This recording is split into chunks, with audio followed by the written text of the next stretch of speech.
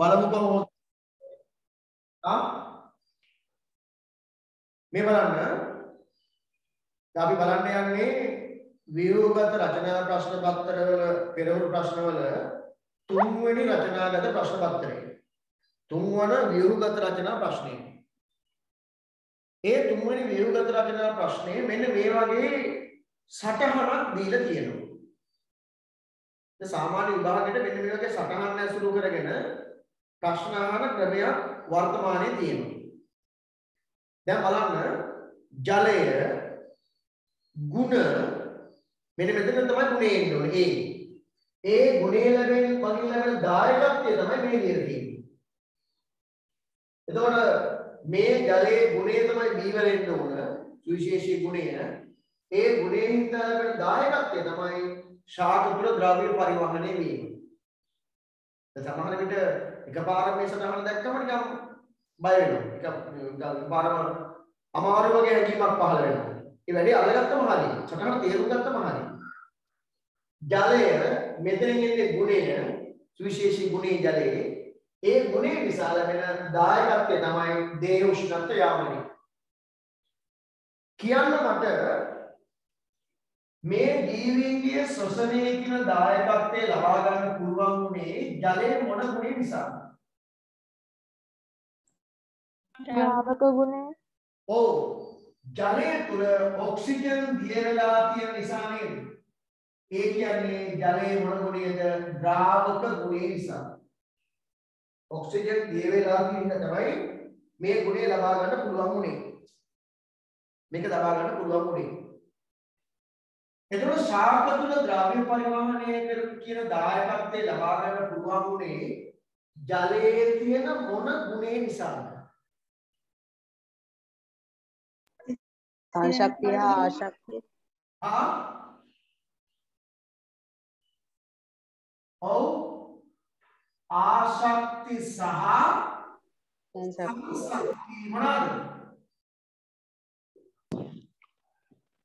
බල. ජලයේ තියෙනවා සංශක්ති සහ ආශක්ති බල. ඒ කියන්නේ ජලාණු අතරක් ජලාණු සහ වෙනත් අණු අතරක් ඇතිවෙනා වූ බල තමයි අපි කියන්නේ සංශක්ති කියන්නේ ජලාණු අතර ජලාණු සහ වෙනත් අණු අතර ඇතිවෙන බැඳීම තමයි ආශක්ති බල. එතකොට ජලයේ අධික සංශක්ති බලයක් තියෙනවා අධික ආශක්ති බලයක් තියෙනවා ඒකේ දායකත්වය ලැබෙනවා ශාක තුල ද්‍රව්‍ය පරිවහණය සඳහා. ඊළඟට ජලයේ ගුණය නිසා මෙන්න මෙතන ගුණය ලැබෙන්නේ. ඒ ගුණය නිසා උෂ්ණත්ව යාමනය කරගන්න පුළුවන්. එහෙනම් ජලයේ මොන ගුණයද දායක වෙන්නේ උෂ්ණත්ව යාමනයට?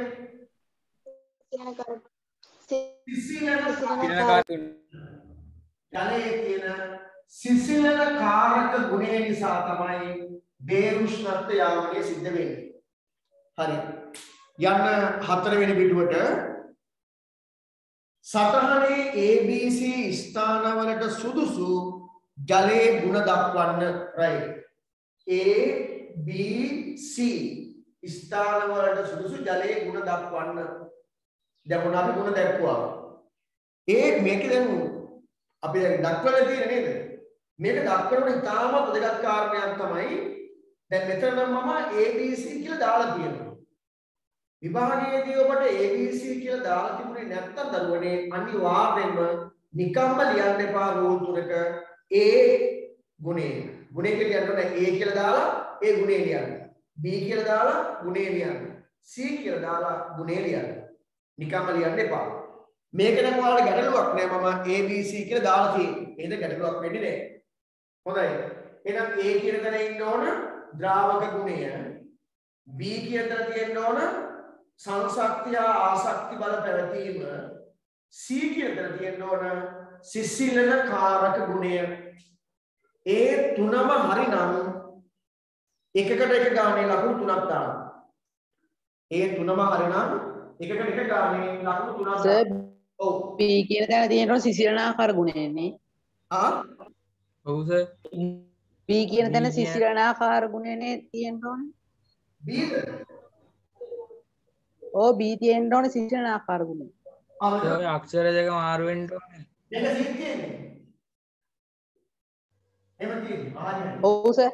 ආහනේ. එහෙනම් A ද්‍රාවක ගුණය, B සිසිල්කාරක ගුණය, C සංශක්ති හා ආසක්ති බල පැවතීම. හරි හරි. වෙන්නේ. මගේ බඩ මම දැක්කේ නෑ ඒකට. හරි? ඒ වගේ මම වගේ පටල ගන්න එපා. ඒ වුණොත් වැරද්දක් වෙනවා. හරි? දෙක ABC ස්ථානවල දක්වා ඇති ජලයේ ගුණ හැර ජලයේ වෙනත් ගුණයක් ලියන්න. මොනවද? ජීවීමේදී ඇති වෙන සමාකාර ප්‍රසාරණය. very good. අපි ජලයේ තියෙන සුවිශේෂී ගුණ හතරක් සාකච්ඡා කරනකොට දරුවනේ. ද්‍රාවක ගුණය, සිසිල්නකාරක ගුණය, අධික සංශක්තිය ආසක්ති බල පැවතීම, ජලයේ විදීමේදී ඇති වෙන අසමාකාර ප්‍රසාරණය. එහෙනම් මේ ගුණ තුන හැර තවත් තියෙනවා ජලයේ ගුණයක්. ඒ තමයි ජලයේ විදීමේදී ඇතිවන අසමාකාර ප්‍රසාරණය. එහෙනම් දෙවෙනි ප්‍රශ්නේ ලියන්න. ජලයේ විදීමේදී ඇතිවන අසමාකාර ප්‍රසාරණය. කවුරු ළමයේ උත්තම අසමාකාර ප්‍රසාරණය කියලා තිබුණොත් ලකුණු නැහැ. අනිවාර්යෙන් ලියන්න ඕන ජලයේ විදීමේදී ඇතිවන අසමාකාර ප්‍රසාරණය කියලා. එතන ඒක ලියලා තියෙනවා නම් එක ලකුණක් දාන්න හරි දාන්න. දැන් අහන්න ප්‍රශ්න. මේ අර ජීවීන්ට ජීවත් වීමේ පරිසරයක් ලෙස ක්‍රියා කිරීම ඒක වැරදිද? බෑ. අහන්නේ ජලයේ සුවිශේෂී ගුණ පිළිබඳව. ගුණවලට ලියන්න ඕන අනිවාර්යෙන් ජලයේ විදීමේදී ඇතිවන අසමාකාර ප්‍රසාරණය කියන එක. ඒකේ ප්‍රයෝජනයක් තමයි ජීවීන්ට වාසස්ථානයක් ලෙස ක්‍රියා කරන එක.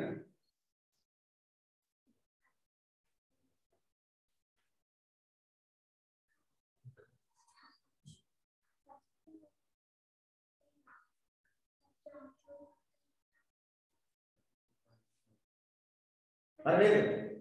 රයිට්. දැන් මම ඔයාලට මේ වැඩේ රතුමනම් පාවිච්චි කරන්න කියලා.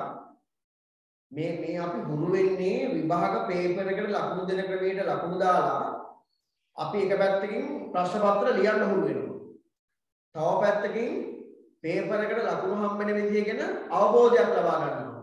ඔය දෙකම ලකුණාම තමයි අපිට ප්‍රශ්න පත්‍රයේ තීරණය කරන්න පුළුවන් කොයි වගේ උත්තරයක්ද බලාපොරොත්තු වෙන්නේ.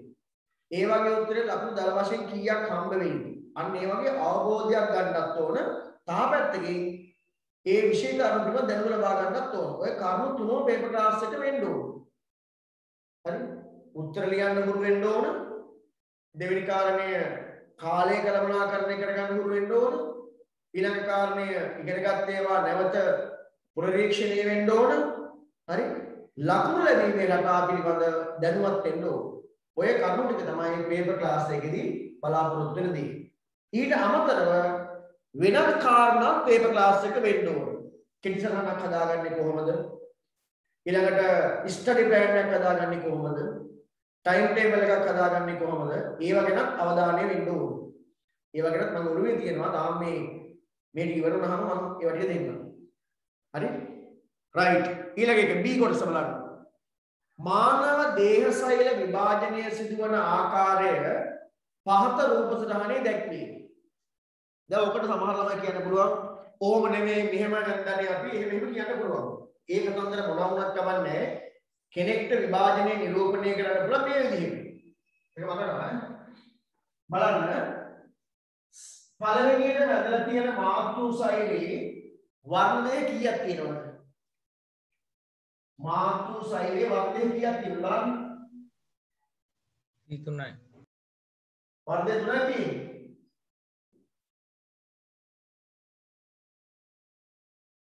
තුනයි තියෙන්නේ. දෙකයි. දෙකයි.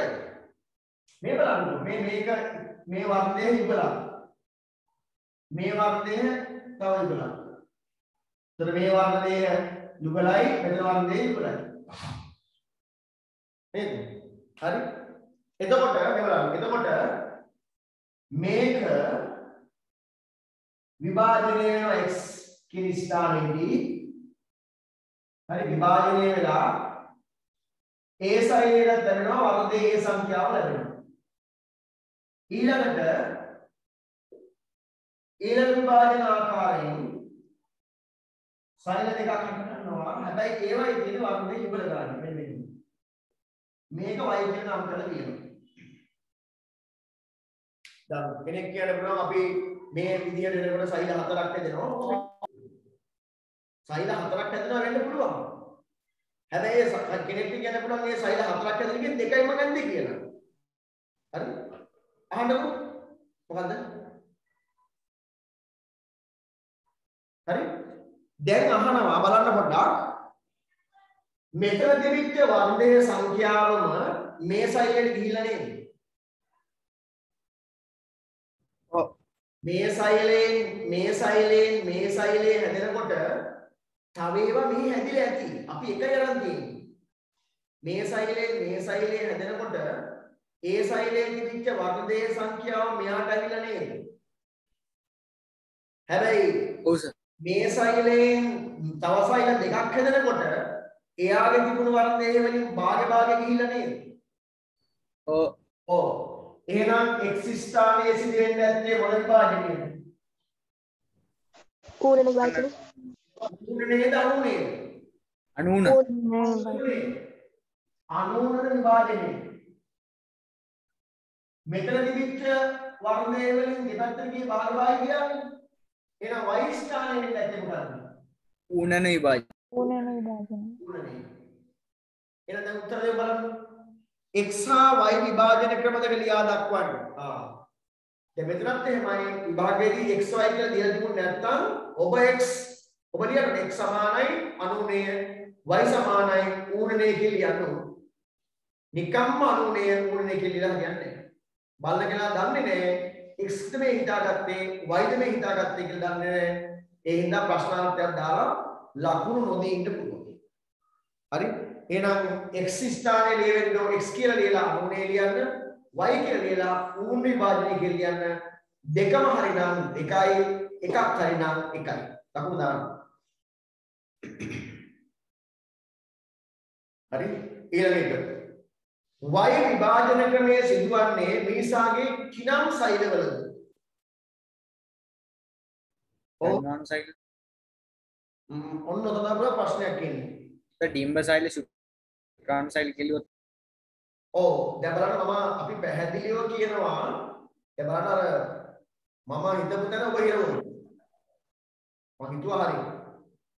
ඒ කියන්නේ ඌනන විභාජනය සිද්ධ වෙන්නේ ඌන විභාජනය සිද්ධ වෙන්නේ ජන්මානු සෑදීමේදී නේද?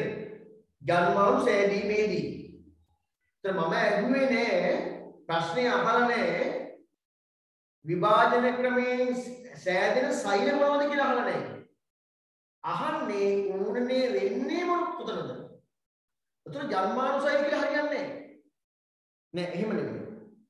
දීගිනි කුණ කියන එක සෛල වර්ගයකින් කියන නමක් නේ පුතා. එතකොට එකතු වෙන මේ ඒකට එකතු වෙන සෛල වර්ග දෙකෙන් හොඳයි මේක කියන්නකෝ ඌන විභාජනයේ පොදුවේ ඌන විභාජනයෙන් හැදෙන සෛල මොනවාද?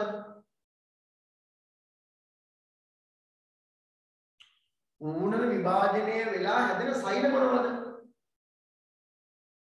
ජන්මානු සෛල. very good. ජන්මානු සෛල. නේ. ජන්මානු සෛල දැන් බලන්නකෝ ඒකේ ඩිම්බයි ශුක්‍රාණුයිනේ. එහෙනම් ඩිම්බ හැදෙන්නේ මොන සෛල වලින්ද? මාතෘ සෛල. ඩිම්බ හැදෙන්නේ මොන සෛල? කියනවා මම කියන්න තියෙන්නේ. ඩිම්බ හැදෙන්නේ ඩිම්බ මාතෘ සෛල වලින්. ඩිම්බ මාතෘ සෛල මෙවලන්න. ඩිම්බ මාතෘ සෛල වල ඌනන විභාජනය සිද්ධ වෙලා තමයි ඩිම්බ හැදෙන්නේ. ඒ වගේම ශුක්‍රාණු මාතෘ සෛලවල ඌනන විභාජනය සිද්ධ වෙලා තමයි ශුක්‍රාණු නිෂ්පාදනය වෙන්නේ. දැන් අහන්නේ ඌන විභාජනයෙන් හැදෙන්නේ මොන සෛලද කියලා නෙමෙයි අහන්නේ. දැන් මේ දෙකටම කියන්න පුළුවන් ජන්මාණු කියනවා. මේ දෙකටම කියන්න පුළුවන් ජන්මාණු කියනවා. හරි? අහන්නේ මේ දෙන්න ගැන. ඌර්ණ විභාජනයේ සිදුවන්නේ කවර සෛලවලද? එහෙනම් කාටද කියන්න පුළුවන් ඩිම්බ මාතෘ සෛලවල හෝ සහ ශුක්‍රාණු මාතෘ සෛලවල කියලා. එහෙම නැත්නම් කාට හරි මේ දෙන්නටම පොදු වී අපි කියන්න පුළුවන් ජන්මාණු මාතෘ සෛලවල කියලා. ජන්මාණු හැදෙන මාතෘ සෛලවල. ගොඩක් තමයි මේකට අහුවත් උත්තර ලියන්නේ වෙන මේ දෙන්න ඩිම්බ සහ ශුක්‍රාණු. අහන්නේ හැදෙන සෛල නෙවෙයිනේ. හැදෙන්නේ මොන සෛලවලින්ද? ඩිම්බ මාතෘ සෛලවල සහ ශුක්‍රාණු මාතෘ සෛලවල. එහෙම නැත්නම් ජන්මාණු මාතෘ සෛලවල. මම හිතන්නේ ගොඩක් අයගේ වැරදි. උත්තරේ එක ලකුණු එකක් දාන්න ලකුණු එකක් දාන්න. x විභාජනය හා y විභාජන ක්‍රමයේ අතර වෙනසක් ලියන්න. x විභාජනයයි y විභාජනය අතර වෙනස්කම් ගිය සතියේත් අපි සංසන්දනය කරා. මේ අහන්නේ අනූන විභාජනය සහ ඌන විභාජනය අතර තියෙන වෙනස්කම්. අනූන විභාජනයේ x විභාජනයේදී සෑදෙන සෛල මාතෘ සෛල වලට සමානයි. සෑදෙන සෛල සර්ව සමයි. y විභාජනයේදී සෑදෙන්නේ මාතෘ සෛල වලින් අඩයි වර්ගයේ යන්නේ. හැදෙන සෛල සර්ව සම නැහැ. අනූනයේදී හැදෙන්නේ සෛල දෙකයි. ඌනයේදී හැදෙනවා සෛල හතරක්. අනූනයේ සිදුවනවා පියවර දෙකකින්. ඌනයේ වෙන්නේ පියවර එකකින්. ද්විගුණ සහ ඒකගුණ කියන සෛල දෙවර්ගයක සිද්ධ වෙන්න පුළුවන්. ඌනයේදී සිද්ධ වෙන්නේ ද්විගුණ සෛල වල පමණයි. ප්‍රවේදන ඇති වෙන්නේ නැහැ. ප්‍රවේදන ඇති වෙනවා. ඕන වෙනස්කම් දෙකක් කියන්න. සර් B එකේ දෙකටම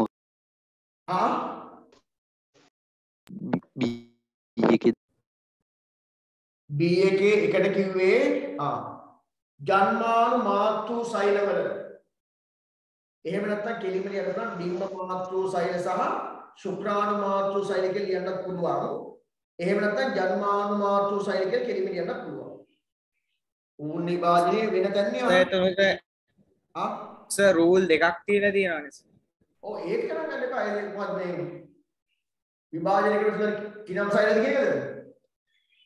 ඔව් ඒක රූල් දෙකක් එක වැරදි වුණා. ඒක වැරදි. විභාගයේදී රූල් පුරවන්න යන්න එපා. හරි. ඔව් ඒකට දෙක ඕන දෙකේ කියන්නේ ඩිම්බ මාතෘ සෛල ශුක්‍රාණු මාතෘ සෛල. ඒකට ජන්මාණු මාතෘ සෛල කියලා වාක්‍යය කියන්නේ. හරි.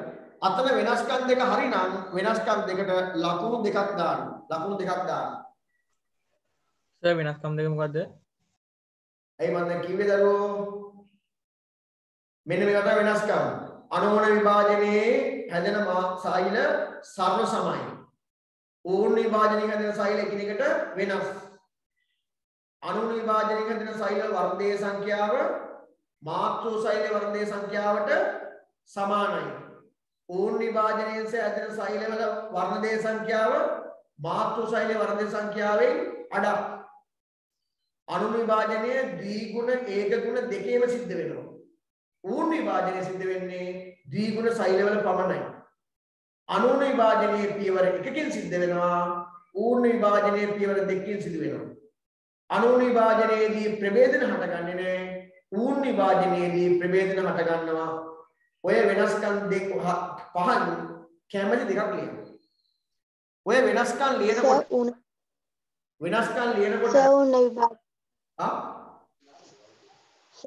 විභාජන අනූර්ණ විභාජන හඳුනාගන්නේ කොහොමද? ඌර්ණ විභාජනයයි අනූර්ණ විභාජනයයි වෙන් කළ මුදයි පාඩම හිටියේ නැද්ද? ඇයි අනූර්ණ විභාජනයේදී මාතෘ සෛලයේ තියෙන වර්ණදේහ සංඛ්‍යාවම සෛල වලට ලැබෙනවා නම් මේ බලන්න මේකේ වර්ණදේහ තියෙන සංඛ්‍යාව මේකට ඇවිල්ලා ආයෙත් දෙක අනුනේ මාතෘ සෛලයේ තියෙන වර්ණදේහ සංඛ්‍යාවම එයාගෙන් හැදෙන සෛල වලට යනවා නම් ඒක අනුනේ මාතෘ සෛලයේ තියෙන වර්ණදේහ සංඛ්‍යාවම අඩක් ඒ සෛල වලට යනවා නම් ඒක ඌනනේ මේකේ හතරක් මේකේ තිබිච්ච වර්ණදේහ වලින් අඩක් ගියා මේකට අඩක් ගියා මේකට එහෙනම් ඒක උන් වෙනවා. හරි? ඒවයි හඳුන ගන්න. හතරවෙනි එක x විභාජනය ඒකසෛලික ජීවීන්ට වැදගත් වෙන අවස්ථාවක් කියනවා. x විභාජනය කියන්නේ අණුනේ. අලිංගික ප්‍රජනන ක්‍රමයක් ඉස්සර. අණු විභාජනය ඒකසෛලික ජීවීන්ට වැදගත් වෙන්නේ අලිංගික ප්‍රජනක ක්‍රමයක් ලෙස. ඇමීබා වගේ අයට අණු විභාජනයෙන් තමයි දෙන්නේ කඩගන්නේ. ප්‍රජනනද ප්‍රජනකද? ප්‍රජනන. ඔව් ඒකට ප්‍රජනනය කියලවත් කමන්නේ. හරි. තුන්වෙනි එකට මොකද දෙන්නේ කියලා අහනවා තුන්වෙනි එකට. තුන්වෙනි එකට එන්නේ ජන්මාණු මාතෘ සෛලවල. තුන්වෙනි කොට නම් කිව්වා ඩිම මාතෘ සෛල කෙල්ලවත් කමන්නේ. ශුක්‍රාණු මාතෘ සෛල කෙල්ලවත් කමන්නේ. ජන්මාණු මාතෘ සෛල කෙල්ලවත් කමන්නේ. මේ මම අදම ගාමක් කියන්නේ මේ ඕඩේ. හරි? පස් අනිතරි. හතරවෙනි එකේ B කොටස බහුසෛලික ජීවීන්ට වැදගත් වන අවස්ථාවක් ලියන්න. මේ බලන්න. මේ X කියන විභාජනය බහුසෛලික ජීවීන්ට වැදගත් වෙන්නේ මොන වැඩවලටද? සර් තුවාලයක් හැදුනා මේක. එකක් හරි. තුවාල සුවවීමේදී එක හරි. වර්ධනයට දේහ වර්ධනය වීමේදී එකක් හරි. නවසෛල සෑදීමේදී ඔන්න ආකාර තුන. තුවාල සුවවීමේදී බහුසෛලික ජීවීන්ට වැදගත් වෙනවා අණුන විභාජනය.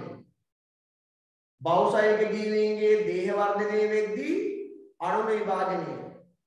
බහුසෛලික ජීවීන්ගේ මරණු සෛල හරි ගෙවී ගිය සෛල හරි වෙනුවට නවසෛල සෑදීමේදී අණුන විභාජනය වැදගත් වෙනවා. හරි ඔන්න අණු විභාජනය වැදගත් වෙන අවස්ථා කාටද? බහුසෛලික ජීවීන්ට. හරි. යම් ඒක ලකුණු එකයි හම්බෙන්නේ එකයි. එකක් හම්බෙන්නේ එකක්. පස්වෙනි එක පහත දැක්වෙන අවස්ථාවන් සඳහා දායක වන්නේ කවර විභාජන ක්‍රමයේදයි ලියන්න. හොඳට බලන්න. මෙන්න මේ අවස්ථා දීලා තියෙනවා 1යි 2යි 3යි 4යි. ඔය අවස්ථා හතරේදී ක්‍රියාත්මක වෙන්නේ වැදගත් වෙන්නේ මොන විභාජනයේද කියලා අපෙන් අහන්නේ. පළවෙනි එක ගන්න. ජීවී විශේෂයක වර්ධයේ සංඛ්‍යාව නියතව පවත්වාගෙන යාමට. ඌණ විභාජනය. ඕනතරම් මම කියලා දීලා ඉන්නේ. අණු විභාජනය වුණොත් එම වර්ධයේ සංඛ්‍යාව දෙගුණ වෙවි යන්නේ. හරි? එහෙනම් දේහසය සංඛ්‍යාව නියතව පවත්වා ගන්න නම් සිද්ධ වෙන්නේ මොන විභාජනයේද? ඌණන විභාජනය. හරි? දැන් මේකේ තියෙන්නේ වර්ධය 46යි නම් මේකේ වර්ධය 46යි නම් මේකට එන්න ඕන කීයද 23යි මේකට එන්න ඕන 23යි මේ දෙන්න ආහාර හැදෙන්නේ කීයද 46යි මේ ජීවන ජීවියාගේ වර්ධය කීයද 46යි මෙයාගේ වර්ධය කීයද 46යි එහෙම 46ක් කරගන්න පුළුවන් උනේ මෙන්න මෙතන මොන විභාජනය වෙච්ච නිසාද ඌණ විභාජනය වෙච්ච නිසා එහෙනම් ජීවි විශේෂයක වර්ධයේ සංඛ්‍යාව නියතව පවත්වා ගන්න පුළුවන් වෙන්නේ මොන විභාජනය වෙන නිසාද ඌණන විභාජනය. B තුවාල සුවවීමේදී කෙලිම ලියන්න. මොකක්ද කතා කරන්නේ? තුවාල සුව වෙද්දී වෙන්නේ මොන විභාජනයේද? අණුන විභාජනයේ. අණු විභාජනයේ ප්‍රභේදන හට ගැනීමට එකම විශේෂ වෙනස් ජීවීන් හට ගන්නවා. ඒ වැඩේ වෙන්නේ මොන විභාජනයෙන්ද? ඌණ විභාජනය. ඌණ විභාජනයෙන්ද. මාතෘ සෛලයට සමාන දුහිතෘ සෛල ඇතිවීමට අණුන විභාජනය. ඒ හැම එකටම ලකුණු 1 1 1 1 දාන්න. ඒතර 1 1 ලකුණු 4ක් විතර ඉන්න ඕනේ. ඒකේ A වලට එන්නේ ඌණණය B වලට එන්නේ අණුණය C වලට එන්නේ ඌණණය D වලට එන්නේ අනුණය. දැන් බලන්න ලකුණු කීයක් ඔබ උපයවුවද කියලා. ලකුණු 15න් කීයක් ඔබ උපයගත්තද බලන්න. සර් තුන්වෙනි එකට ලකුණු කීයද දෙන්නේ? තුන්වෙනි එකයි ලකුණු එකයි. මේකේ හැම එකකටම එක එක දුන්නා. x විභාජනය හා y විභාජන ක්‍රමය අතර වෙනස්කම් දෙකට විතරක් ලකුණු දෙකක් දුන්නා. මේ වෙනස්කම් දෙකට විතරක් ලකුණු දෙකයි. අනිත් හැම එකකටම එක දුන්නා.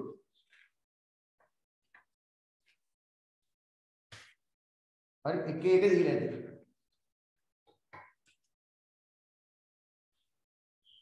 හරි බලන්න ඔබ ලකුණු 15න් කීයක් උපයගත්තද කියලා.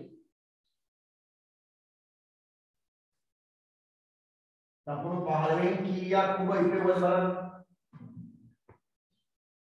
ගණන් කරලා දාන්න. ගණන් කරලා ප්‍රශ්නාංකේ පටන් ගන්න තැන දාන්න 15 මෙච්චරයි කියලා. 15යි වියුග අතර ප්‍රශ්න තුනක් ලකුණු අපේ නේද? බාන 15න් කීයක් ඔබ උපයවද කියලා. 15න් 15 තියනවාද? 13යි. 15න් 15ම 13යි ගොඩක් නේ. 13යි. 15න් 15ම නේද? 13යි. 12යි. 12යි. 14යි. 14 කාප කෙනෙක් ඉන්නවා. කාටවත් 15න් 15 ආවේ නැද්ද? 13යි. 12යි. 15න් 15 මාපු කවුරුත් නැද්ද? 11යි. 11 නම් ටිකක් මහන්සි වෙන්න ඕනේ.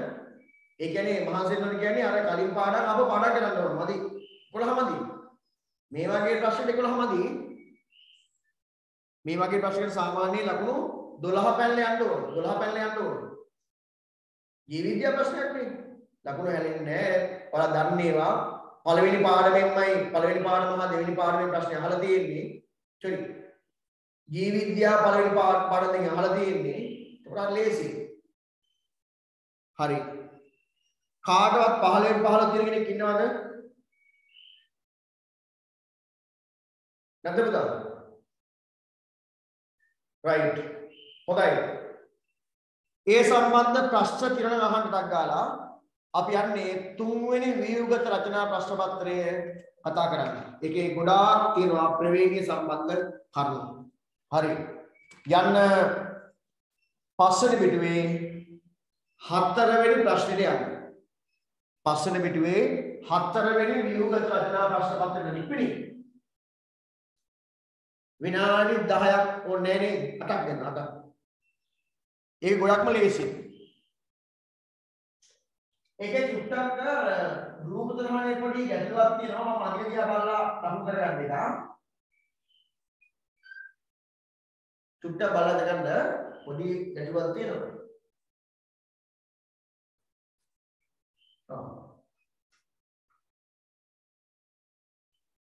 මෙන්න මෙතන දාගෙන A ඉන්ද්‍රිකාව කියලා. A කියලා. ඒක මෙහෙම තියෙන්නේ.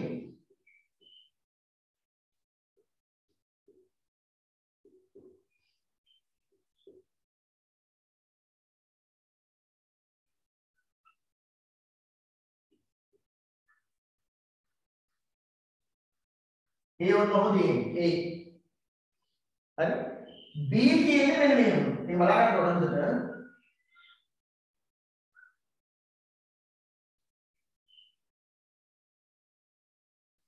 B. ඔන්නම පැහැදිලි වෙයි කරගන්න. හරි පටන් ගන්නකො. විනාඩි 8ක් දෙන්නම්.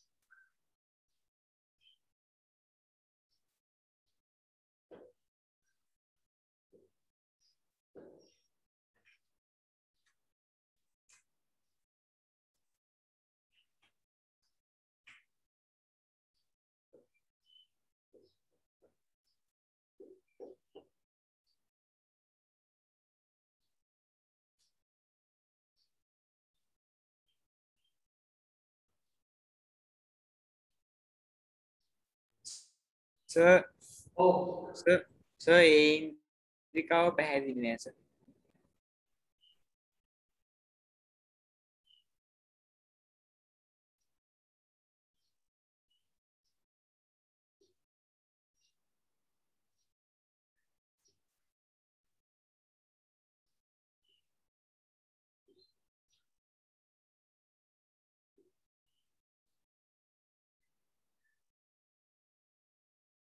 වතුර ගන්න පුළුවන්. මෙයා එකට ගත්තොත් හරි. මෙයා එකට මෙහෙම.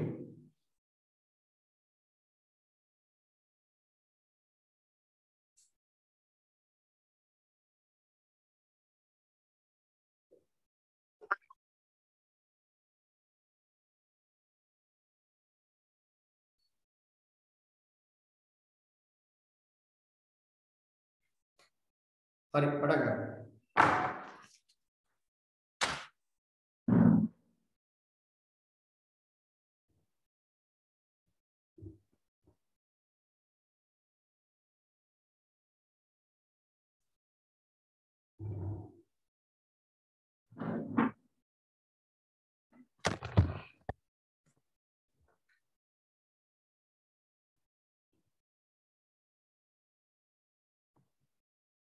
තව විනාඩි 6ක් 7ක් මම දෙන්නේ.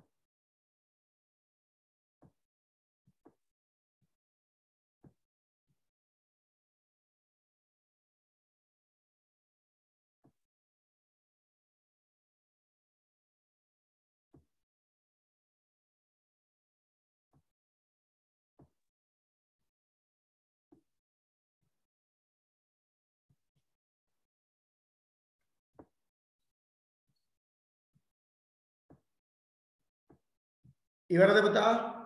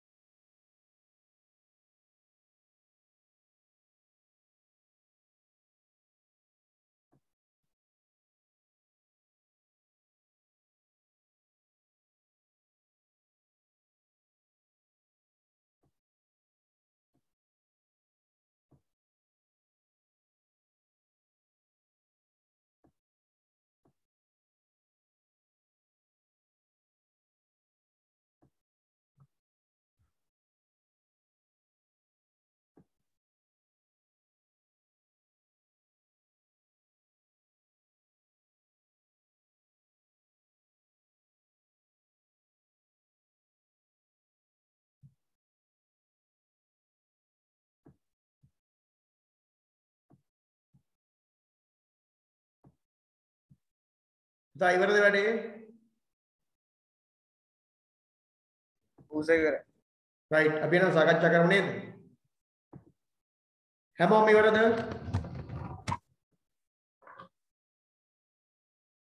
රයිට් බලන්න පළවෙනි එක. දැන් මේ විභාග මට්ටමේම තිබුණේවා අධ්‍යයනය කරලා මගේ තිබුණු දැනුමත් භාවිතා කරලා තමයි මේ ප්‍රශ්න මම නිර්මාණය කළේ. විභාග ප්‍රශ්න නෙවෙයි හරි? විභාග ප්‍රශ්න නෙවෙයි. හැබැයි ඒ වුණාට විභාග මට්ටමේ ප්‍රශ්න පත්‍රයක තියෙන ස්වරූපයෙන් මේ වගේ ගොඩනගලා තියෙනවා. මේ බලන්න. පහත දක්වා ඇත්තේ දර්ශීය සෛලය ශාක සෛලයේකී සත්ව සෛලයේකී. දැන් හොඳට බලන්න මේක ශාක සෛලයක්ද සත්ව සෛලයක්ද කියලා අපිට තීරණය කරන්න වෙනවා. ඔබ ලිප්පේ ශාක සෛලයක් කියලා දරුවනේ සත්ව සෛලයක් කියලාද? ශාක සෛල සත්ව සෛලයක්. සත්ව සෛලයක්. සත්ව සාය. ශාක සෛල සත්ව හොඳයි. එතෙන්ට යන්න ඉස්සෙල්ලා ඔයාලට ප්‍රශ්නයක් අහන්න. මේ ඒකේ ඉන්ද්‍රියාව මොකද්ද? හරිතල හරිතල මෙන්න මේක නම් කරන්න නම් මේ මොකක්ද මේ තියෙන්නේ? සෛල ප්ලාස්මිකය සෛල ප්ලාස් රික්තකය. රික්තකය මේ තියෙන්නේ රික්තකය. මේ තියෙන්නේ රික්තකයක්. හරි? මේ A කියන්නේ මොකද්ද? හරිත ලව. මොකද්ද B කියන්නේ? B මයිටොකොන්ඩ්‍රියම් B තමයි මයිටොකොන්ඩ්‍රියම්. B කියන්නේ මයිටොකොන්ඩ්‍රියම්. හරි. දැන් එහෙනම් මම හිතන්නේ ගැටලුවක් නෑ මොකද්ද මේ සෛලේ? ශාක සෛල. ශාක සෛල. උත්තරේ හරිනම් ඒ ප්‍රශ්නේ ප්‍රශ්නාංක ඉස්සරහින් නෙවෙයි ඒ උත්තරේ ගාවේ පැත්තකින් හරියක් දාන්න. ප්‍රශ්න අංක ඉස්සරහින් ලකුණු 1යි කියලා දාන්න. එහෙම නැත්නම් මෙහෙම පුළුවන්. ප්‍රශ්නාංකයේ ගාවෙන් හරියක් දාලා ප්‍රශ්නේ කෙලවරෙන් 1යි කියලා දාන්න. එහෙමයි දාන්නේ සාමාන්‍යයෙන්. හරි? දෙක කොහොමද මේක හරියටම තීරණය කළේ ශාක සෛලයක් කියලා? හරිත ලවයක්. හරිත ලැබයක් තියෙන නිසා. අන්න එකක් තමයි හරිත විශාල රික්තක පිහිටීම ආය සෛල ප්ලාස්මික විශාල රික්තක පිහිටීම පුතා සෛල ප්ලාස්මයෙන්ද රික්තකයෙන්ද කිව්වේ? රික්තකෙන්. හරියටම රික්තකය එක කාරණයක් තමයි හරිත ලව පැවතීමෙන් ඒක හරි. හරිද හරිදාන්න. දෙක රික්තකයක් පැවතීමෙන් කියලා කියනවා නම් ඒත් හරිදාන්න. අර ඊට අමතරව අර දුවේ කිව්ව කතන්දරයක් හරියට හරි. සෛල ප්ලාස්මය පර්යන්තයෙන් තල්ලු වෙලා ගිහලා නේ. සෛල ප්ලාස්මය පර්යන්තයෙන් තල්ලු වෙලා ගිහලා තියෙනවා. එහෙම පර්යන්තයට තල්ලු වෙන්නේ ඒක මොන සෛලයක්ද? ශාක සෛලයක් නම්. එහෙනම් මෙන්න මේ කරුණු තුනේ කරුණු දෙකක් ලිව්වනම් හරි. හැබැයි වඩාත් හොඳම කරුණ දෙක තමයි හරිත ලව තිබීමයි රික්තකයක් පැවතීමයි. එහෙම නැත්නම් සයිටෝප්ලාස්මයේ පර්යාන්තයේ තල්ලු වී ඇත කියලා ලියුවනම් ඒ හරි ඒ තුනෙන් ඕනම දෙකකට ලකුණු දෙකක් දාන්න. උත්තරේ තියෙන්නේ එකයි නම් එක ලකුණක් දාන්න. ලයිව් මයික් එක කරන්න. ලයිව් මයික් එක ඔෆ් කරන්න. හරි? ඊළඟ එක තුන්වෙනි එක. ඒ ඉන්ද්‍රිකාව තුළ සිදුවන ප්‍රධාන ජීව ක්‍රියාවලිය කුමක්ද? දැන් ඒ කියන්නේ කවුද හොයාගත්තේ? හරිත ලවය. එහෙනම් හරිත ලවයේ සිදුවන ප්‍රධානම ජීව ක්‍රියාවලිය මොකක්ද? සංශ්ලේෂණය. ප්‍රභා සංශ්ලේෂණය. හරියට හරි. ප්‍රභා සංශ්ලේෂණය. එහෙම ලියලා තියෙනවා ලකුණු එකක්. එක ලකුණක් දාන්න. එක ලකුණක්. ඊළඟ එක. B ඉන්ද්‍රිකාව නම් කරන්න. ඉන්ද්‍රිකාව නම් කරා මොකද්ද? මයිටොකොන්ඩ්‍රියම. එහෙනම් B ඉන්ද්‍රිකාව නම් කරන්න මයිටොකොන්ඩ්‍රියම ලකුණු එකයි. එක ලකුණයි. පස්වෙනි එක ග්ලූකෝස් සංයෝගය පදනම් කරගෙන ඒ ඉන්ද්‍රිකාව තුළ සිදුවන ජීව ක්‍රියාවලියක් B ඉන්ද්‍රිකාව තුළ සිදුවන ජීව ක්‍රියාවලියක් සසඳන්න. මොකක්ද ඕකට ලියපු උත්තරේ?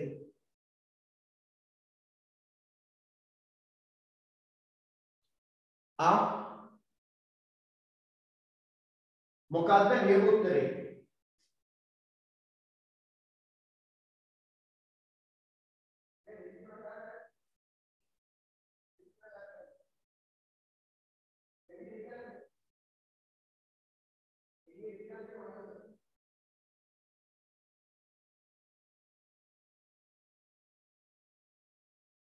හරි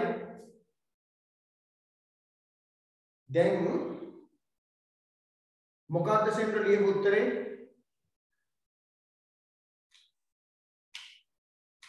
ඔය විභාග ප්‍රශ්න පත්‍රයේ ඉන්න ප්‍රශ්න කොටස් තුනකට බෙදෙනවා. low, medium, high කියලා. හරි? ඕක මේ high level එකේ ප්‍රශ්නයක්. හොඳ ප්‍රශ්නයක්. හරි? ඒ ළමයින්ගේ දැනුම ඒ විදිහට නෙමෙයි අහන්නේ. ඒක භාවිතා කරලා ළමයෙකුට හිතලා කරන්න පුළුවන් යෝජනාවක්. හොඳ හිතලා කරන්න පුළුවන් ප්‍රශ්න උත්තරයක්. right පොඩ්ඩක් ඉන්නකෝ. ඒ වල සිදුවෙන්නේ මොන ජීව ක්‍රියාවලියද පුතා කියන්න මට කියන්න. ඒ ප්‍රභා සංශ්ලේෂණයේ ප්‍රධානම ඵලය මොකද්ද? ග්ලූකෝස්. ඒ කියන එකෙන් හදනවා ග්ලූකෝස්. හරි.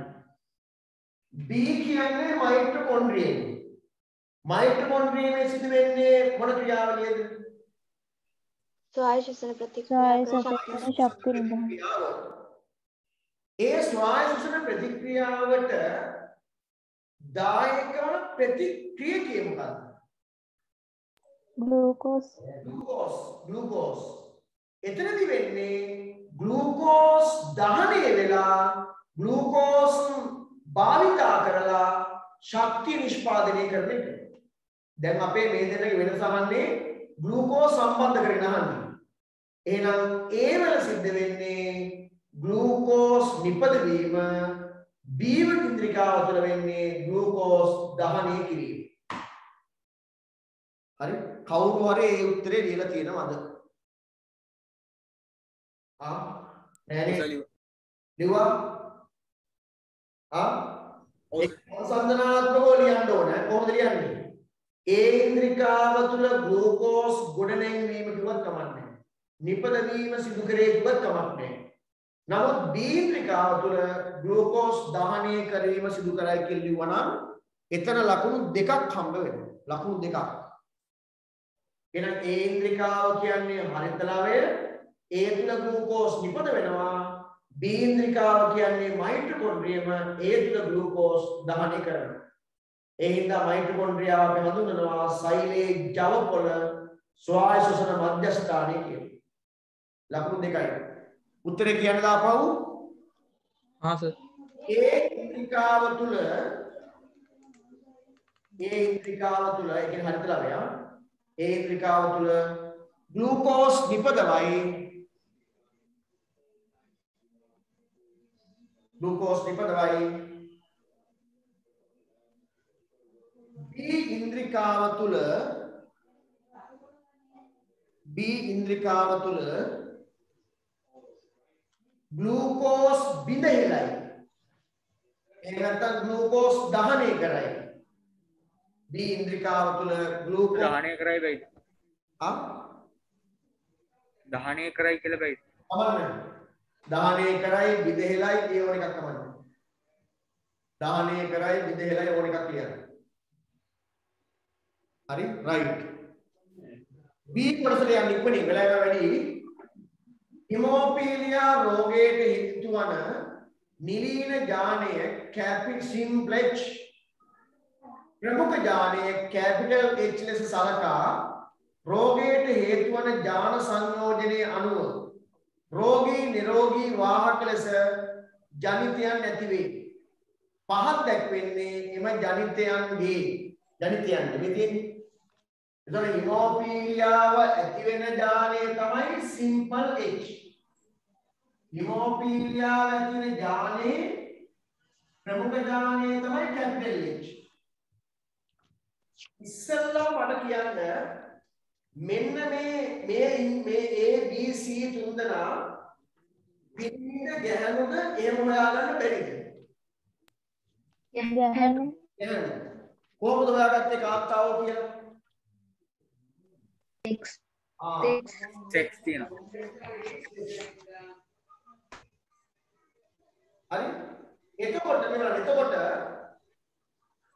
මේ XX කියන්නේ අලිංගික වර්ණදේයද ලිංගික වර්ණදේයද?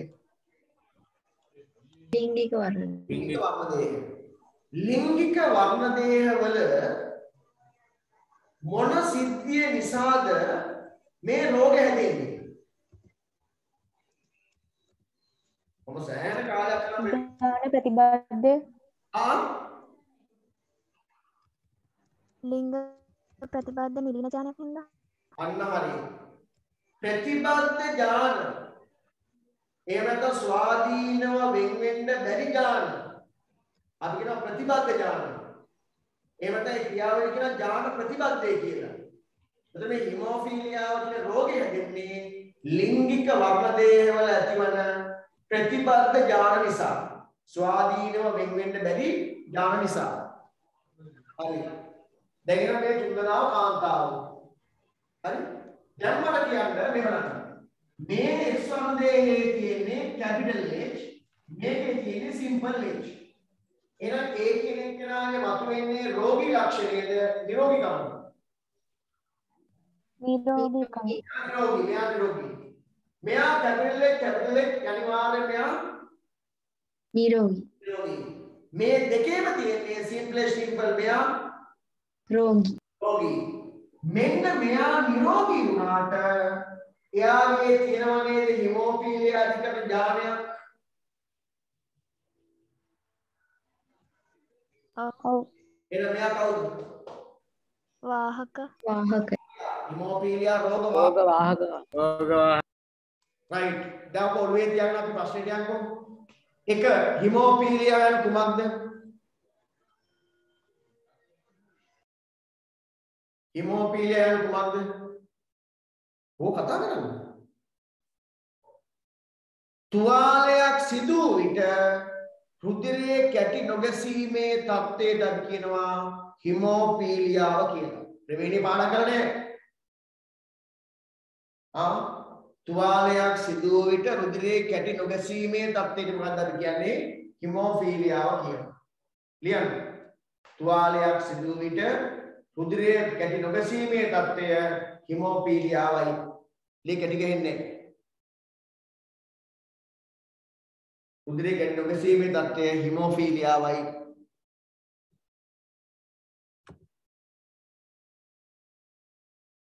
හරි. ඒකට දරුවනේ ලකුණු දෙකක් දාන්න විභාගෙදී නම් හම්බෙන්නේ එක ලකුණයි. නමුත් මේක මම හදාගෙන යද්දී එක ලකුණක් අරුවක් වෙනවා කොහෙට හරි ඉඳ ලකුණු දෙකක් උඩට දැම්මා. මම දැන් ලකුණු දෙකක් හම්බෙන්නේ විභාගෙදී උතන්ට එකයි හම්බෙන්නේ. නමුත් මම දැන් ලකුණු දෙකක් දැම්මා හේතුව මම ප්‍රශ්න හදාගෙන යද්දී ලකුණු දාගෙන යද්දී එකක් අරුවක් වුණා. දැන් ලකුණු දෙකක් දැම්මා. නමුත් ඔය වගේ එකට විභාගෙදී හම්බෙන්නේ එකයි. දෙක රෝග වාහක කාන්තාව නිරූපණය කර ඇත්තේ Aද Bද Cද A රෝග වාහකයා A ලකුණු 1 අක්ෂරය ලියන්න ඕන හරි ඊළඟ එක B හා C මගින් නිරූපණය කර ඇත්තේ කවුරුද අන්න එතකොට B කියන්නේ කවුද B කවුද නිරෝගී එහෙම කියලා නිරෝගී කාන්තාව. නිරෝගී රහිත නිරෝගී කාන්තාව නැත්නම් නිරෝගී ගැහණිය නිරෝගී ස්ත්‍රිය නිරෝගී ළඳ ලස්සන නිරෝගී කාන්තාව දෙන්න B හරි ලකුණු 1යි C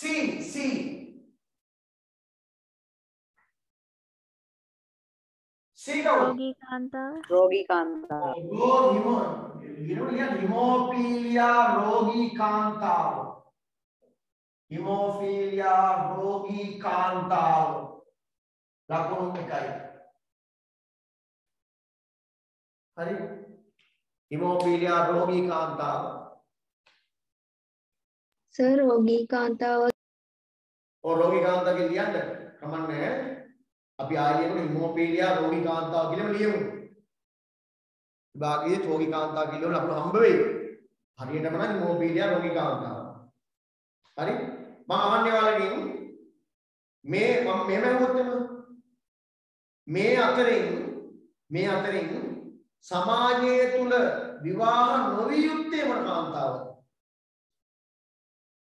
රෝග වාහක C Aද Bද Cද C A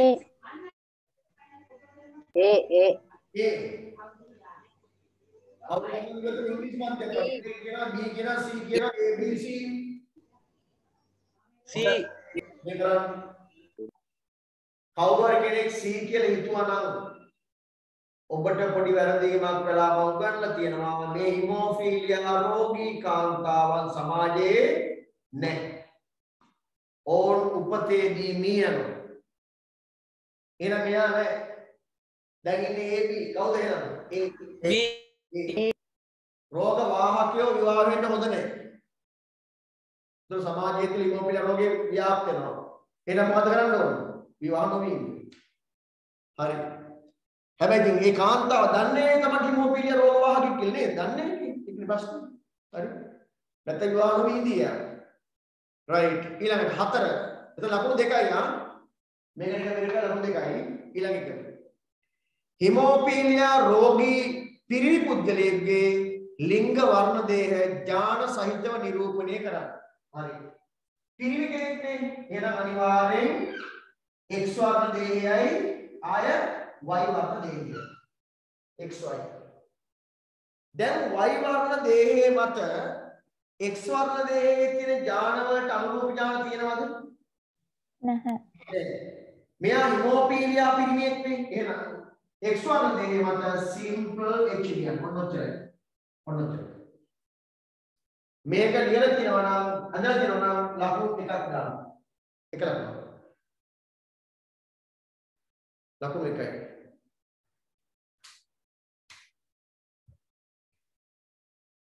දැන් බලන්න ප්‍රවේණ විද්‍යාවදීම ප්‍රශ්නම අත්කටම අස්සක් වලක් නෑරමම වැදගත් ඒවා ඇදලා අරන් පේපර් එකට දාලා තියෙන්නේ.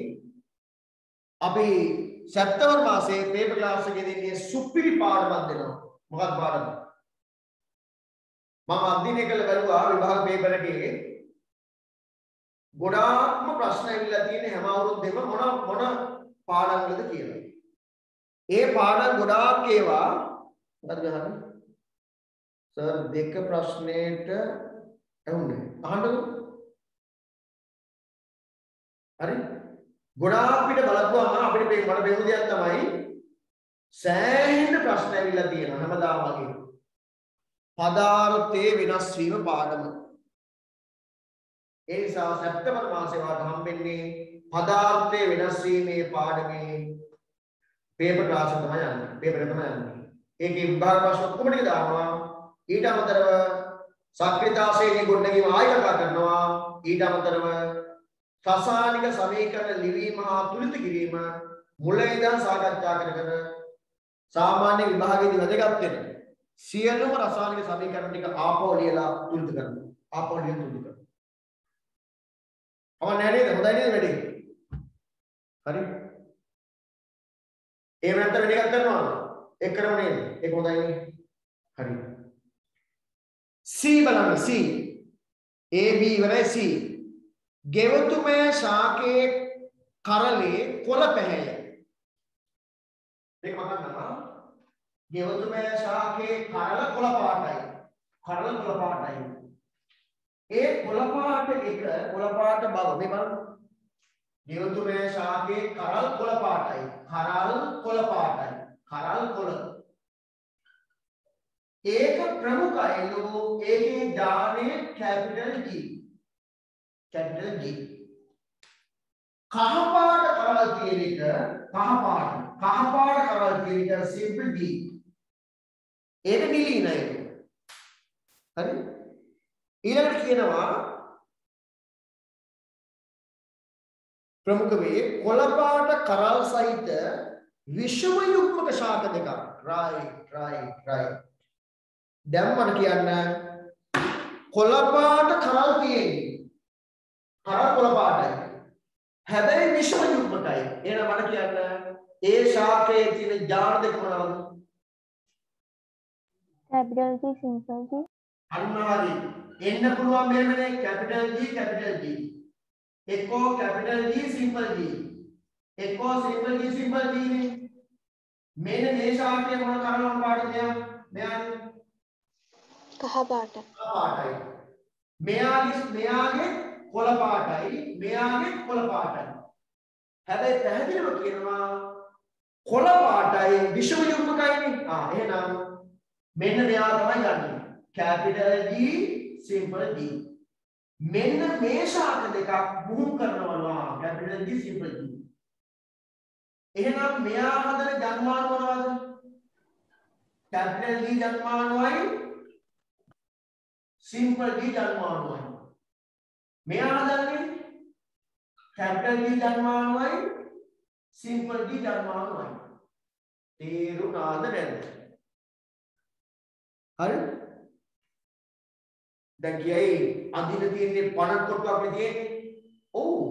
හැබැයි මේක තීරණය කරන්න ඕන ඉස්සෙල්ලාම. එහෙනම් මෙයා හදන ජන්මානු capital G simple G.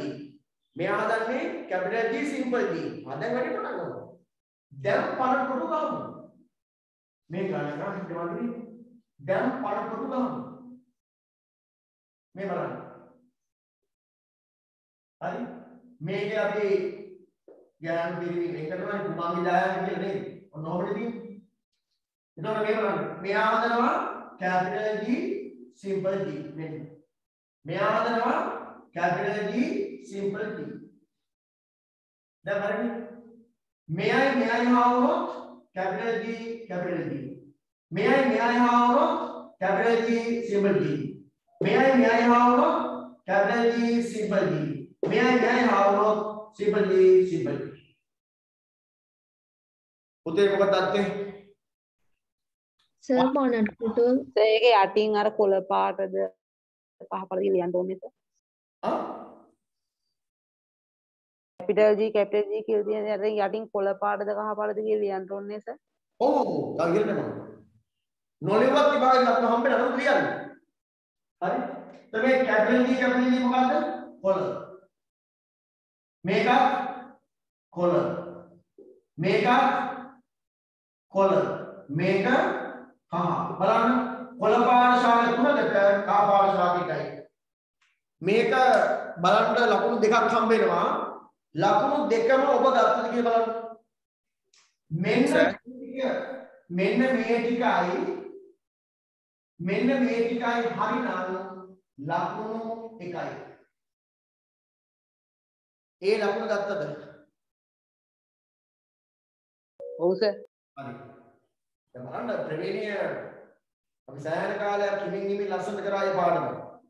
ඒකේ ප්‍රතිඵල නෙලන්න ඕනේ. මෙන්න මේ ටික හරිනම් තව ලකුණු එකක්. ලකුණු දෙකයි. sir ඔව්. sir excuse me ඔව්. sir මේ ඉස්සෙල්ලා සර් ප්‍රශ්නෙකට උත්තරයක් දුන්නා නේ සර් මේ ලිංග වර්ණ දේහ ලිංග වර්ණ දේහවල සර් XX කියලා අහන්න අපෝ එහුනේ. අර සර් මේ ගෑනු සර් මේ ස්ත්‍රී කට්ටිය ආපුවම සර් මේ ඩබල් X එනවා පිරිමි කට්ටිය ආපුවම XY එනවා කියලා ඔව්. සර් ඒ උත්තරේ දුන්නාට පස්සේ සර් මේ ළමෙක් මට බයිනවා සර් කුමාර ඒ කියන්නේ සර් කුමාරපෙන් බයිනවා සර් මේ අනවන්න මැසේජ් මැසේජ් එක නතර කරන්නකෝ. මැසේජ් එක නතර කරන්න. මැසේජ් නවත්තන්න. ඒ කුමාරපෙන් බයි මොකද මේ ප්‍රශ්නයක් නැන්නේ? දන්නේ සර් මේ එහෙම කිව්වා කියලා මට බයිනවා මැසේජ් නවත්තන්න. කවුද? සර් අංකය 815 815 එහෙ ක්ලාස් එක තමයි. ඔව් සර් පවසරේ ඔව්. හරි ඔය අතන්තර අවතාරණුක ඔයාලට අපි වැඩි කරගමු. මම ඔයාලට හැමෝටම ප්‍රශ්න අහන්න මම ඉඩ දීලා තියෙනවා. අහන්න ප්‍රශ්න අහන්න. අපි ප්‍රශ්න ඔයාගේ ප්‍රශ්න මේ විලාව ඔයාලගේ. අපි මේ ගහගෙන මරගෙන බලන්නකො මේ ලෝකේ වෙන දේවල් නේද? අපිට එළියට වහින්න බෑ. මිනිස්සු මරනවා හොගාව. නේද? අපි කොටු වෙලා මිනිස්සු අපි අද පොය දවසේ අපි එකිනෙකාව ගහ ගන්න නැතුව මරාගෙන ඉන්නේ මොනවද ගහගන්න මරාගෙන. එයා කතා කරලා ඔයත් කතා කරන්න. රසිපාලවත් කතා කරන්න මොකද කියන්නේ? ඔයාලා ඕනෙට උත්තර දෙනවා. මේ ළමයි ප්‍රශ්න 100ක් අහනකොට ප්‍රශ්න 100ටම උත්තර දෙනවා. මට බැරි නම් මම ඔයාලා වෙන මොකක්ද දන්න දෙයක් අහුවොත් මම දන්නේ නැහැ කියලා කියනවා. හරි එහෙම දැනගන්න එපා. අපි මේ එයා පෘථිවියේ ජීවෙක් ඔයත් පෘථිවියේ ජීවෙක් බලන්න ඔයත් මේ ක්ලාස් එකේ එයත් මේ ක්ලාස් එකේ අපි ඔක්කොම එක මිනිස්සු එක සත්තු වල කීපයක් නෙවෙයි අපි ඇයි මේ මරන්නේ ඇයි බඩගන්නේ මේ වෙලාව හරි ඇත්තදී තීරුම් ගන්න. හරි අරමුණ කළා දාන්න කරන්නේ ආයෙ එකක් වෙන්නේ නැහැ. රයිට් වැඩි පටන් ගමු. හරි නේද? මේ ලකුණු 1යි උදා මේ ලකුණු 1යි මුල් ලකුණු ගන්න 2යි. දැන් දාන්න 15න් කීයක් හරි කියද කියලා දාන්න. සර් ඒකේ මේ ඩිම්බ වෙන විදිහත් අනිවාර්යයෙන්ම ලියන්න ඕනද? ඒ කියන්නේ මෙතනද? ඔව් සර් කලින් කලින් යද්දිත් එහෙම තමයි. කලින් යද්දිත් එහෙම තමයි. හරි. මේක අපි දක්වන්නේ පුඤ්ජන්මානු ජායාජන්මානු පෙන්නන්න. මේකයි කියලා ලකුණු එක දාන්න ඕනේ මේ ප්‍රශ්න නැහැ. මේවට ලකුණු එකක් දාන්න. එහෙම දාන්න පුරුදු වෙන්න. පුඤ්ජන්මානු ජායාජන්මානු තමයි පෙන්නන්නේ. ඒකේ පිරිමි ජන්මානු ෆයිල මේ පැත්තේ පෙන්නුවා. මේක මෙතන මෙහෙම වෙන්නේ. මේ පැත්තේ ගැහණු ජන්මානු ෆයිල. ස්ත්‍රී ජන්මානු ෆයිල. ඒකට මම ලකුණක් දීලා නැහැ. ඒ හින්දා ගැටලුවක් නැහැ. මේක හරිද? මේක හරිද? එකයි. මේ ටික හරිනම් එකයි. ලකුණු දෙකක් දාන්න. ඔය මැසේජ් එක නවත්තන්න. මම ප්‍රශ්න දෙකක් අහන්න දීලා තියෙනවා නේද? මහා වහන්න නැතුව. හරි. බලන්න දැන් ගණන් කරන්න ලකුණු 15න් කීයක් ඉපෙවද කියලා. 15න් කීයක් උපේගතද බලන්න. 1000. සර් දෙවන ප්‍රශ්නෙට සෛල බිත්තියක් නොමැතිම කියලා යන්න පුළුවන් සර්. බෑනේ පුතා මේක පේන්නේ නැහැනේ. ඒක හරි. ශාක සෛලය හා සත්ත්ව සෛලයේ වෙනස්කමක් තමයි. නමුත් මේකෙන් පේන්නේ නැහැනේ පුතා. අපි මම අහන්නේ මේකෙන් කොහොමද හොයාගන්නේ කියලා. හරි? ඒක හරි වෙනස්කමක් තමයි. නමුත් ශාක සෛලය හා සත්ත්ව සෛලය අතර වෙනස්කම් ලියන්න ඉතින් ඒක හරි. නමුත් මේක ශාක සෛලයක්ද සත්ත්ව සෛලයක්ද තීරණය කරේ කොහොමද කියලා අහන්නේ. නමුත් මේක සෛල මිත්‍යක් ඇඳලා නැහැ. මම ඇඳේ නැතිත් ඒක. හරි? ඒ හින්දා බෑ ලකුණු දෙන්න කියලා. මං කිව්වේ තේරුණාද? ඒ උත්තරේ හරි. නමුත් මෙතන සෛල මිත්‍යක් පෙන්නලා නැහැ. ඒ හින්දා ඒ උත්තරේ ගන්න බෑ. හරිද පුතා දාන්න 15 ඉන්නත් 15 ඉන්නවනම් very good. මේක 15 15ක් කියලා හොඳයි. 13 ඒත්දී 13 14 හොඳයි. 13 14 15 වගේ තියෙනවා නම් ඔබට ප්‍රවේණි ගැන සතුටු වෙන්න පුළුවන්. හොඳයි. very good. හොඳයි. right 12ක් තිබ්බත් මේකේ හොඳයි. හැබැයි උඩ ප්‍රශ්න වලට ලේසි ප්‍රශ්න දෙන්නේ නේද? 12ක් හොඳයි. දැන් ඒ ටාගට් එක වැඩි කරගන්න. 12නේ ඊළඟ එකේදී 13 14 15 ඒ වැඩි කරගන්න. හරි. යන්න පුතා අපි රචනා ප්‍රශ්න පත්‍ර අද ලිව්වේ නෑ. රචනා ප්‍රශ්න පත්‍ර ලියන්න යන්න. ගන්න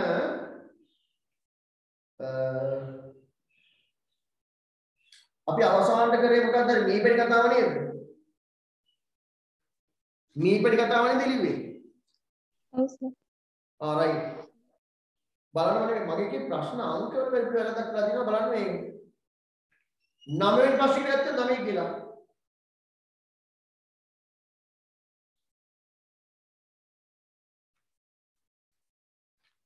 මෙන්න මේ ප්‍රශ්නේ. පේනවද? කීයද ප්‍රශ්න අංකේ? 2. දැන් මගේ කියන්නේ ඒ ඔයාලගේ ඩියුටි බලවලා ඩියුටි. ටියුට් එක 2 තමයි සර්. හරි. එහෙනම් ගන්න දෙවෙනි ප්‍රශ්නේ කරන්න ගන්න. දෙවෙනි ප්‍රශ්නේ ගන්න. ඔය දෙවෙනි ප්‍රශ්නේ උත්තරේ ලියන්න අර අපි එදා කතා කරන්නේ නේද හයිඩ්‍රෝකාබන් ගැන. ඒකෙනුත් එකක් පාවිච්චි කරන්න පුළුවන්. හරි ගන්නකො. දෙවෙනි ප්‍රශ්නේ.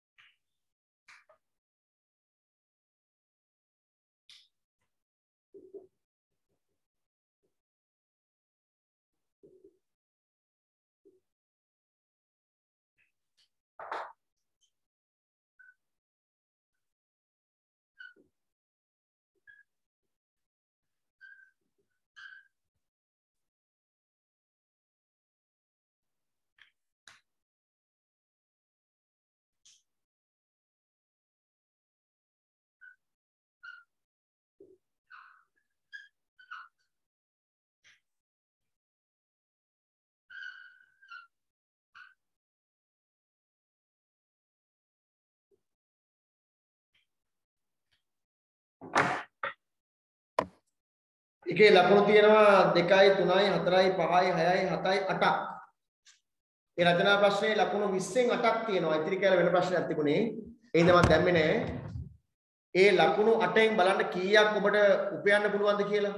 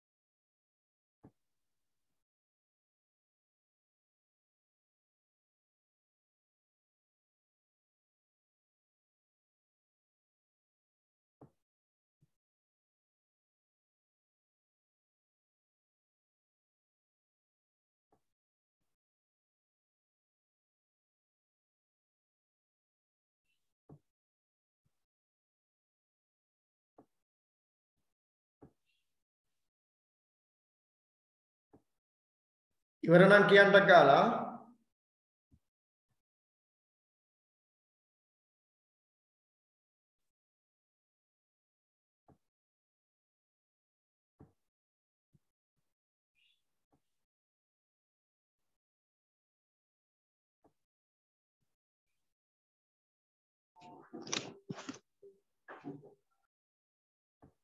ඉවරද? නෑ සර්.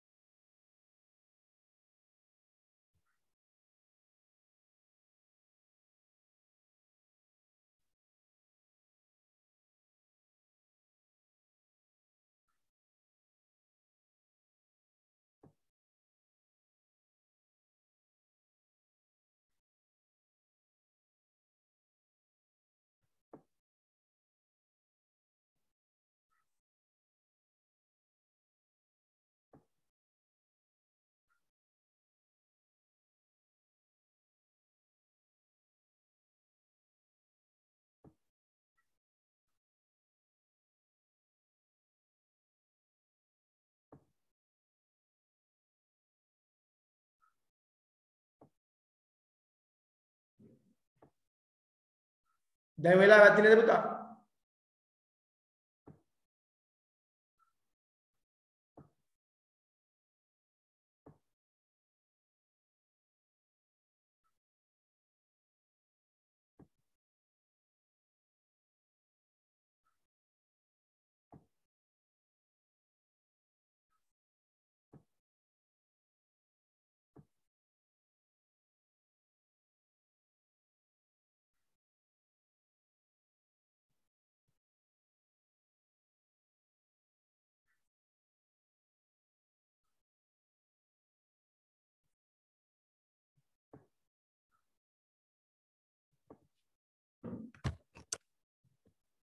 right වෙලාව ඇති ගන්න ප්‍රශ්නේ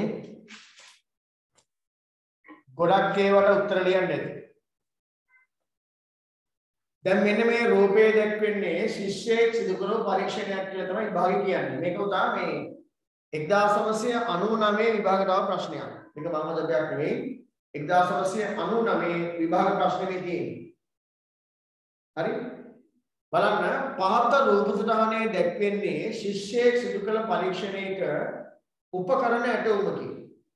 මේක අපි කතා කරා හයිඩ්‍රෝකාබන් පාඩමෙන් මතක් කරගන්න. හරි? පරීක්ෂණය සඳහා ඔහු නොදැල්ලු ඉටිපන්දමක් සහිත මෙබඳුම තවත් ඇටවුමක්ද භාවිතා කළේ. රයිට්. එයා මේ දල්ලෝ ඉටිපන්දම තියෙන මේ ඇටවුම වගේම තව ඇටවුමක් හදලා තියෙනවා. ඒක ඉටිපන්දම පත්තු කරලා නැහැ. ඒක ගුත් තියෙනවා ඔළුව තියාගන්න. ඔහු මෙම පරීක්ෂණය සිදු කරන්න ඇත්තේ කුමක් පරීක්ෂා කිරීම සඳහාද? මේකෙදත් මම කතා කරා. මේ පරීක්ෂණය කරන්න ඇත්තේ මොකක් පරීක්ෂා කරන්නද? ඉබන්දමේ හයිඩ්‍රජන් කාබන් ඩයොක්සයිඩ්. ඔව්. ඉටිවල කාබන් හා දැන් පුතා මේක කියනවා නේද? තවත් ඉටිපන්දමක් පත්තු කරන්නේ නැතුව මේ ඇටුමක් තියෙනවා කියලා කියනවා නේද? දැන් ඉටිපන්දමේ කාබන් සහ මේ ඇටම විතරක් තිබුණොත් පුළුවන් නේද? ඉටිපන්දමේ තියෙන්නේ කාබන් ද හයිඩ්‍රජන් කියලා හොයාගන්න පුළුවන් නේද? මේ ඇටම විතරක් තිබ්බොත්. නේද? ඔව්. එතන ඉටිපන්දම පත්තු කරන්නේ නැතුව තවත් ඇටමක් තියෙනවනේ. ඒ ඇටම ඕනේ නෑ නේද? ඉටිපන්දමේ කාබන් හයිඩ්‍රජන් හොයනවා නම් ඉටිපන්දම හැදින ඉටිපන්දමේ තියෙන්නේ කාබන් සහ හයිඩ්‍රජන් කියලා හොයනවා නම් ඉටිපන්දමක් නොදැල්ලු ඇටමක් ඕනේ නෑ නේද? ඔව් සර්. ඔව්. එහෙනම් කල්පනා කරන්න. මොකද්ද මේ දැන් නොදැල්ලු ඉටිපන්දමුත් තියෙනවානේ තාපත් මේ ඇටෝම එහෙම පිටිම ඉටිපන්දමක් දැල්ලන්න නැතුව තියෙනවා. මේකෙදි පුතා පරීක්ෂා කරන්නේ දහනේදී කාබන් ඩයොක්සයිඩ් හා ජල වාෂ්ප පිට වේදයි පරීක්ෂා කිරීම. සර් හයිඩ්‍රජන් වායුව නෙමෙයිද? හයිඩ්‍රජන් වායුව යන්නේ දහනේදී කාබන් ඩයොක්සයිඩ් හා ජල වාෂ්ප පිට වේදයි පරීක්ෂා කරන්න තමයි මේ ඇටෝම හදලා තියෙන්නේ. යම් විදියකින් නොදැල්ලෝ ඉටිපන්දමක් නොතිබුණා නම් නොදැල්ලෝ ඉටිපන්දමක් සහිත ඇටෝමක් නොතිබුණා නම් ඔයාලගේ උත්තරේ හරි. ඉටිපන්දම හැදිලා තියෙන්නේ කාබන් හයිඩ්‍රජන් වලින්ද කියලා පරීක්ෂා කරන්න කියලා ගන්න තිබුණා. නමුත් ගන්න විදියක් නැහැ. නොදැල්ලෝ ඉටිපන්දමකුත් තියෙන හින්දා. ඒ හින්දා මේ පරීක්ෂණය කරේ දහනේදී කාබන් ඩයොක්සයිඩ් හා ජල වාෂ්ප පිට වේදයි පරීක්ෂා කිරීමට තමයි මේක හැදුවේ. ලකුණු 1යි. ඔව්. ඒකට උත්තරේ මොකක්ද සර්? අය දැන් කිව්වේ මම දහනේදී කාබන් ඩයොක්සයිඩ් සහ ජල වාෂ්ප පිට වේදයි පරීක්ෂා කිරීමට. හරි? උතර යම් විදියකින් නොදැල්ලු ඉටිපන්දමක් තියෙන ඇටමක් නොතිබුණා නම් අපිට කියන්න පුළුවන් මේ පරීක්ෂණය කරේ ඉටි හැදිලා තියෙන්නේ කාබන් වලින් හා හයිඩ්‍රජන් වලින්ද කියලා පරීක්ෂා කිරීමට තමයි මේ ඇටම ගත්තේ කියලා අපිට කියන්න පුළුවන්. නමුත් දැන් කියන්න විදියක් නැහැ. නොදැල්ලු ඉටිපන්දමක් තියෙන වෙනත් ඇටමකුත් තියෙනවා. එහෙනම් මේ පරීක්ෂණය කරේ දහනේදී කාබන් ඩයොක්සයිඩ් හා ජල වාෂ්ප පිට වේදය පරීක්ෂා කිරීමට. දැන් බලන්නකෝ අපි හිතනවට වඩා කොච්චර වෙනස්ද? නේද? ඒ උත්තරේ ගන්න ඕනින්ද තමයි අර කියන්නේ දහනය නොකර පිටිපන්දමකුත් තියෙනවයි කියලා කියන්නේ ඒකයි. හරි? 2 ඉටිපන්දම නොදල්වා තිබූ ඇටෝම සහ ඉහත රූපයේ දැක්වෙන ඇටෝම සමග සමාන කාල තුලදී ක්‍රියාත්මක වීමට ඉඩ හැරීමෙන් ලැබෙන නිරීක්ෂණවල වෙනස්කම් දෙකක් ලියන්න. ඊට කලින් තව ප්‍රශ්නයක් තියෙනවා. ඔව් ෂුවර්. මෙම පරීක්ෂණයේදී අපේක්ෂිත නිරීක්ෂණ දෙකක් ලියන්න. ඒක නම් පුළ මොනවද කියන්නේ? නිර්ජලීය කොපර සල්ෆේට් මොන පාට වෙනවද? නිල් පාටයි. නිල් පාට වෙන්නේ හුණු දියර වර්ණ හුණු දියර කිරිපෑයට හැරි අවර්ණ හුණු දියර කිරි පාට වීමයි. එතන පුතා නිරීක්ෂණ දෙකටම දීලා තියෙන්නේ 1999 දී ලකුණු 1ක්. එයි දැන් එහෙම කරේ. මොකද්ද සර් වෙනස්කම් දෙක? කිරි පාට වීම හා කොපර් සල්ෆේට් නිල් පාට වීම ඒ නිරීක්ෂණ දෙකටම එක ලකුණයි දීලා තියෙන්නේ. හරි. තුන්වෙනි එක. ඉටිපන්දම නොදල්වා තිබූ ඇටෝම සහ ඉහත රූපයේ දක්වන ඇටෝම සමාන කාල තුලදී ක්‍රියාත්මක වීමට ඉඩ හැරීමෙන් ලැබෙන නිරීක්ෂණ වෙනස්කම් සංසන්දනය කරන එක කියන්නේ. ඔව්. නිර්ජලී සුදු පාට නිර්ජලීය කොපර් සල්ෆේට් වල කිසිදු වෙනසක් නොදැකීම.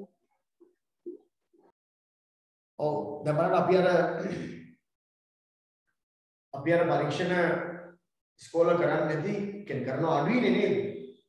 ඒ නිසා අපිට මේවා ටිකක් ළමයි ටිකක් පුරුදු නැති ගතියක් තියෙනවා. හොඳයි මෙන්න කියන්නේ. දැන් මෙතන තව ඇටෝමක් තියෙනවා මේ ඉටිපන්දම දැල්වල නැහැ.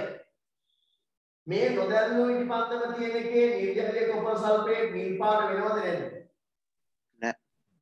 නෑ හුණු දියර කිරි පාට වෙනවද නැද්ද? නෑ නෑ. නමුත් දරුවනේ මේ බලන්නකෝ. මෙන්න මෙතන හිස් නේද? මේ වායුගෝලයේ වාතය යන්න බැරිද? වායුගෝලයේ වාතය යන්න බැරිද? යනවා යනවා. ඔය වායුගෝලයේ වාතය ජල වාෂ්ප නැද්ද? තියෙනවා. එහෙනම් මේ ඉටිපන්දම නොදල්වා තිබුණත් මේ නිර්ජලීය කොපර් සල්ෆේට් නිල් පාට වෙනවද නැද්ද? වෙනවා. හුණු දියර කිරි පාට වෙනවද නැද්ද? වෙනවා. හැබැයි දැන් ඉටිපන්දම වස්තු කරාම මේ නිර්ජලීය කොපර් සල්ෆේට් නිල් පාට වෙනවද? ඔව්. අනිවාර්යයෙන්. මේ හුණු දියර කිරි පාට වෙනවද? ඔව්. එහෙනම් ඉටිපන්දම දැල්වපු එකේ ඉටිපන්දම නොදැල්වපු එකේ මේ වෙනස්කම් මොනවද? සමාන වෙනවා. නෑ පුතා නෑ. ඉටිපන්දම නොදැල්වු එකේ නිර්ජලීය කොපර් සල්ෆේට් නිල් පාට වෙනවා. හැබැයි ඉටිපන්දම දැල්වු එකේ නිල් පාට වන ප්‍රමාණය වැඩි. නිල් පාට වෙන ප්‍රමාණය වැඩි. නිල් පැහැය වැඩි. ඒ වගේම නොදැල්වු එකේ මේ වායුගෝලයේ වාතය පිටිට ගිහිල්ලා කාබන් ඩයොක්සයිඩ් හුණු දියර කිරි පාට වෙනවා. හැබැයි ඉටිපන්දම දැල්වුවාම හුණු දියර කිරි පාට වන ප්‍රමාණය වැඩි. අන්න බලන්න. හරි? ඊළඟ තුන්වෙනි එකේ ලියන්න ඕන නොදැල්වු ඉටිපන්දමේ ඇති ඇටෝමේ හුණු දියර කිරි පාට වීම අඩුයි. දැල්වු ඉටිපන්දම දැල්වු ඇටෝමේ හුණු දියර කිරි පාට වීම වැඩි. ඒකට ලකුණු 1යි. කියන්නේ ඉටිපන්දම නොදැල්වු ඇටෝමේ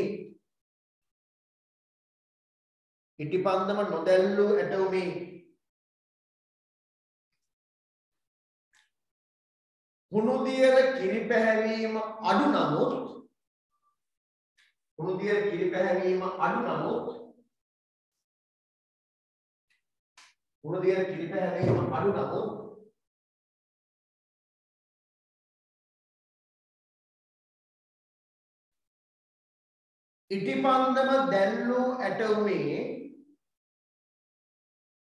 ඉටිපන්දම දැල්වු ඇටෝමේ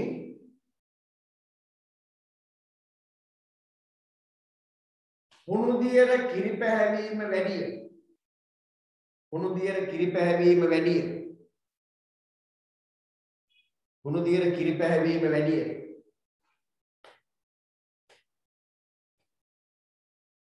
හුණු දියර කිරි පැහැවීම වැඩිය. ඔන්න එක වෙනස්කම. දෙක. දෙවෙනි එක. නොදැල්වු ඇටෝමේ sorry ඉටිපන්දම නොදැල්වු ඇටෝමේ හරි.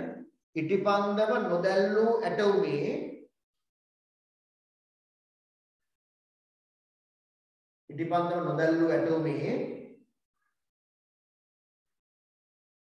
copper sulfate නිල් පැහැවීම අඩුය copper sulfate නිල් පැහැවීම අඩුය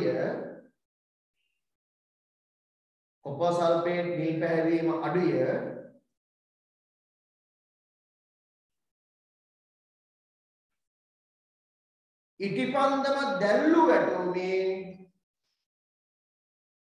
ඉටිපන්දම දැල්ලු වැටුමේ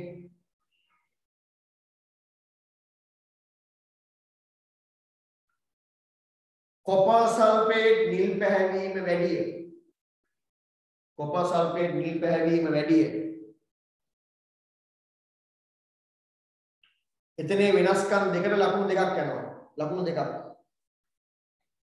හරිද දැන් බලන්න අපි නොහිතුවට අපිට අපි ලියද්දි කොට අපි දැන් ලියන්නේ මේක නිල් පාට වෙනවා අර නිල් පාට වෙන්නේ මේක කිරි පාට වෙනවා මේක කිරි පාට වෙන්නේ නැහැ වෙනවා හේතුව මෙතනින් සුළු වශයෙන් වායුගෝලයේ වාතය යනවා ඉටිපන්දම දැල්ලුවාට වායුගෝලයේ වාතය යනවා ඒ වායුගෝලයේ වාතයේ ජල වාෂ්ප වලින් මේක නිල් පාට වෙනවා කුණු දියරත් කිරි පාට වෙනවා නමුත් ඉටිපන්දම දැල්ලුවාම වායුගෝලයේ වාතයට අමතරව ඉටිපන්දමෙත් ජල වාෂ්ප යනවා ඉටිපන්දම දහනේ කාබන් ඩයොක්සයිඩ් උත් යනවා නිල් පාට වෙනවා වැඩි කිරි පාට වෙනවා වැඩි හරි හතරවෙනි එක චුෂකයෙන් ඉටුවන කාර්ය කුමක්ද මේ බලන්න මෙන්න මෙතන චුෂකයක් දාලා මේ පැත්තට අදිනවා වාතය එහෙම වෙන්න හේතුව මේ චුෂකයෙන් මේ පැත්තට වාතය අදිනකොට මේ පැත්තෙන් අඛණ්ඩ වාත ධාරාවක් ඇටෝම හරහා ගමන් කරනවා එක දිගට මෙහෙන් චුෂකයෙන් අදින්න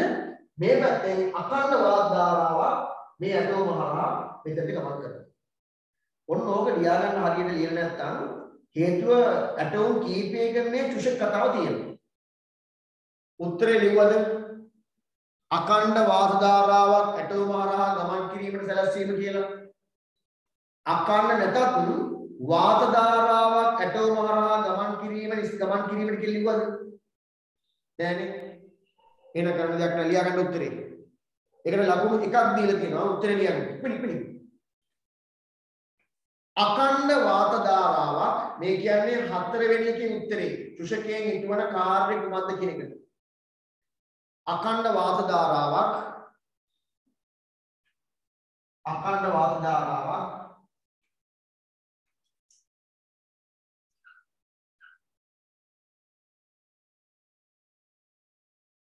ඇටෝම හරහා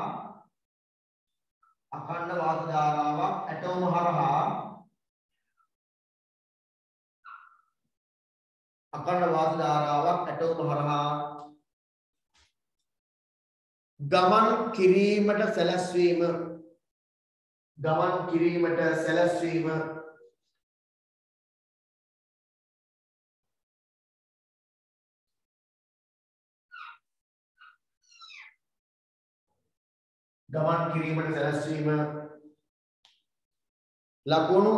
ලකුණු 1යි 5 මේ ජල බීකරයක් භාවිතා කිරීමට හේතුව ආන්ටයි මොකද ප්‍රශ්නයක් මෙන්න මේ යූහනේ නලයේ තියලා තියෙන්නේ ජල බීකරයක ඔබලා ඇයි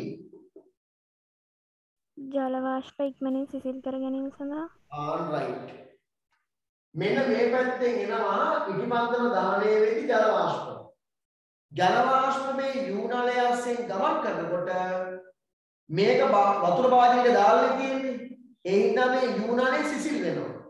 ඒතර යූ නලය ASCII ගමන් කරන ජල වාෂ්ප සිසිල් වෙලා ඝනීභවණය කිරීම සඳහා තමයි ජල භාජනයක දාලා තියෙන්නේ. ඒතර උත්තරේ වෙන්නේ ජල වාෂ්ප සිසිල් කිරීමට. එහෙම නැත්නම් මෙහෙම ලියවන නියමයි ලකුණු දාගන්න එකක් කමක් නැහැ. ජල වාෂ්ප සිසිල් කිරීම කියන එක දාන්න. ජල වාෂ්ප සිසිල් කරලා මොනවාදවත් වෙන්නේ ජල බිඳුනේ. මොකක්ද ඒ ක්‍රියාවලිය? ජල සිසිල් කරලා ජල බිඳු බවට පත් වීමේ ක්‍රියාවලිය මොකක්ද අපි කියන්නේ? ඝනීභවණය. එහෙනම් මෙන්න මෙහෙම ලියවනම් නියමයි. ජල වාෂ්ප සිසිල් කිරීම කියන එක හරිය ලකුණක් දාගන්න. දැන් අපි මාගිස් කීමට වහල් වෙන්න ඕනේ නියමයි මෙන්න මෙහෙම ලියවනම් ජල වාෂ්ප සිසිල් කර ඝනීභවණය කිරීමට. හරි? ජල වාෂ්ප සිසිල් කර ඝනීභවණය කිරීම. ලකුණු 1යි. ජල වාෂ්ප සිසිල් කර ඝනීභවනය කිරීම ලකුණු 1යි. හරි 6 වෙනි එක 6 ඉටිපන්දම සම්පූර්ණයෙන්ම වැසෙනසේ පුනීලේ නොතබන්නේ ඇයි? ඒක නම් හරියටම කියන්න පුළුවන්. ඇයි මේක සම්පූර්ණයෙන් පුනීලෙන් වහන්නේ නැති ඉටිපන්දම? ඉටිපන්දම දැල්වීමට අවශ්‍ය ඔක්සිජන් ලබා ගැනීම. හරි අන්න හරි. ඉටිපන්දමේ දහනයට අවශ්‍ය වාතය ලබා දීමට ඒක හරිනේ ලකුණු 1යි. ඉටිපන්දමේ දහනයට අවශ්‍ය වාතය ලබා දීමට ඒක නියමට කිව්වා නේද? හරි. ඊළඟ එක ලකුණු 1යි ආ. ඉටිපන්දම වෙනුවට ගෙම්බෙක් හෝ මීයෙක් වැනි සතෙක් යොදාගන්නේ නම් ඉහත උපකරණයටම සකස් විය යුත්තේ කෙසේද? වෙනස් විය යුතු කොටස පමණ රූප සටහනින් දක්වන්න. right. දැන් මේකේ ගෙම්බෙක් හරි මීයෙක් හරි දාලා මේ ඇටෝම හදනවා නම් වෙනස් වෙන්න ඕන කොටස පමණක් ඇදලා දක්වන්න කියලා කියන්නේ. මොන කොටසද වෙනස් කරන්නේ? ඉටිපන්දම තියෙන තැනට ගෙම්බෙක් දාන්න. හරි. ඉතිමන් දැන් ඒතකොට මුළු මේකම අඳිනවද? නෑ. අඳින්නවල මෙච්චරයි බලන්න. අඳින්නවල මෙච්චරයි. මෙන්න මේක ඇඳලා මේකට දාන්න ගෙම්බි. ගෙම්බි කම්පල් දාලා. හරි. මෙන්න මේක මෙහාට ගන්න. හරි. ඔතනින් ඕක ගන්න. මේකට වඩා අඩු උසකින් මෙන්න මේ නලේ මෙහෙම දාන්න. කොච්චර අඳින්න ඕන? මේ අතන කොච්චර අඳින්න ඕන? ඔයාලා මේක සම්පූර්ණයෙන් අඳනනම් මේකේ මෙන්න මේ කොටස තියෙනවා නම් ඒ කියන්නේ අතෝ මේ කොටස පමණක් අඳින්න කියලා කියන්නේ මේ කොටස තියෙනවා නම් හරි මේකේ වුණා මෙහෙන් නම් කරන්න වාතය කියලා. මෙහෙන් දාන වාතය කියලා. හරි. කොහොමද දාලා තියන්න? මේ පැත්තට දැන් ඉතලක් ගහලා තියෙන වාතය යනවා කියලා පෙන්නන්න. මේක ඕන නම් ගෙම්මක් කියලා නම් කරලා තියන්න. මෙන්න මේ ඇටෝම අදලා තියෙනවා නම් දාන්න ලකුණු 2ක්. මෙච්චරයි ඕන. ඒ වෙනස් වෙන කොටස විතරයි අඳින්න ඕන. ලකුණු 2යි.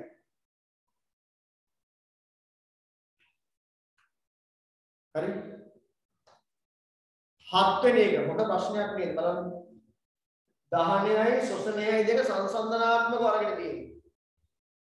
පොඩ ප්‍රශ්නයක්. ඒක 1999 ප්‍රශ්නේ. 7 වෙනි එක.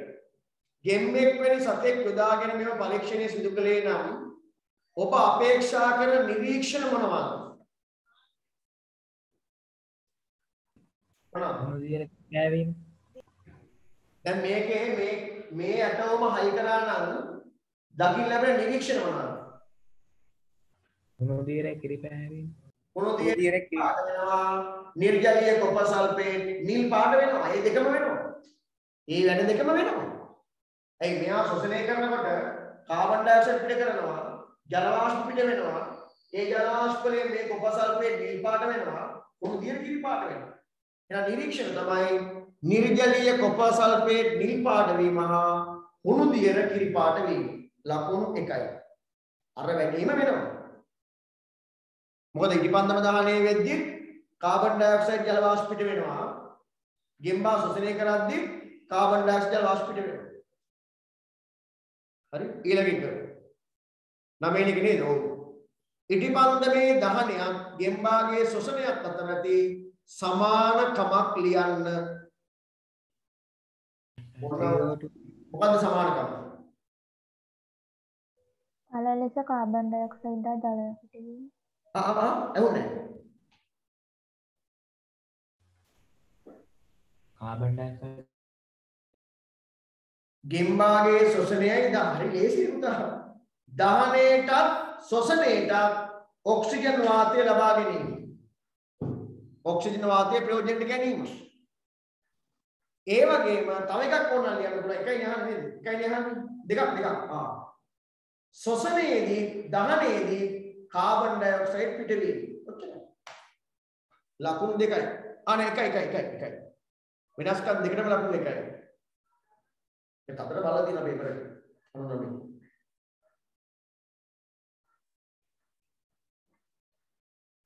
මම ශිෂ්‍ය. හරි. එතකොට කාබන් ඩයොක්සයිඩ් ඔක්සිජන් ප්‍රයෝජනට ගැනීම ශ්වසනයේදී දහනයේදී ඔක්සිජන් ප්‍රයෝජනට ගැනීම ශ්වසනයේදී දහනයේදී කාබන් ඩයොක්සයිඩ් පිට කිරීම. හරිනේ. මේ දෙකම එකයි. එතකොට ලකුණු තියෙනවා පුතා එතන 1යි 2යි 4යි 5යි 6යි 7යි 8යි 9යි 10යි 11. ඒ ලකුණු 11න් දාන්නකො කීයක් හරිද කියලා අවංකව දාන්නකො අවංකව. ඒ 11න් කීයක් හරිද කියලා අවංකව දාන්නකො. අවංකව දාන්නකො. අවංක චේතනාවෙන් පිවිතුරු සිතින් දාන්නකො බලන්න.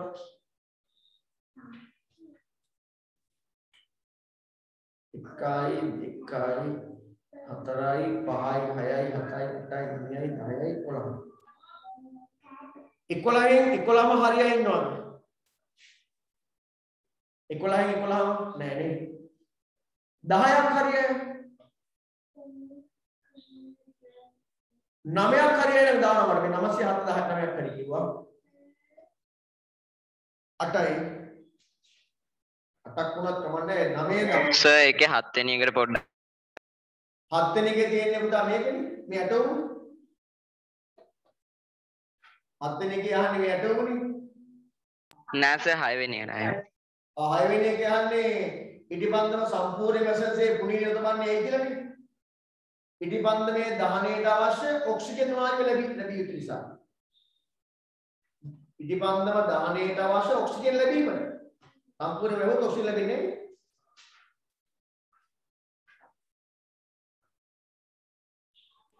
හරි 11 11ම තියෙනවද නෑ නේද 10ක්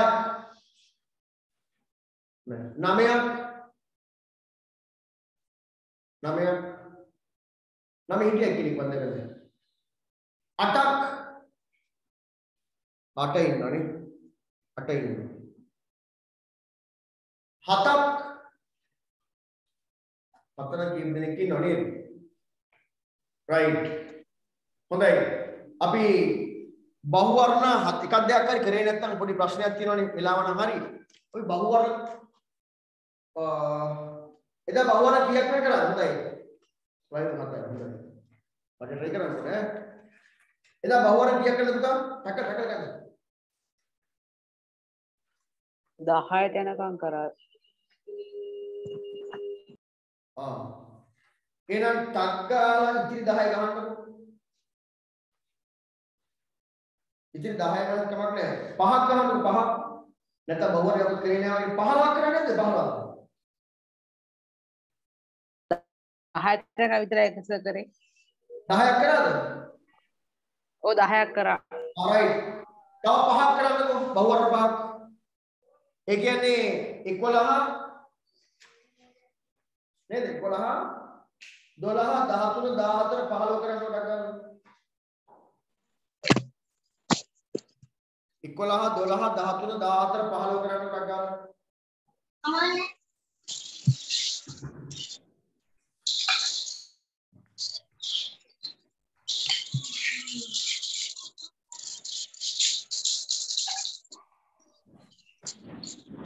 Dolah 13 14 15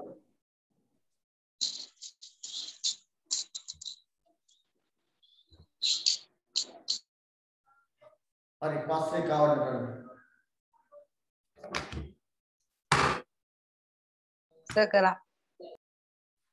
කරා හොඳයි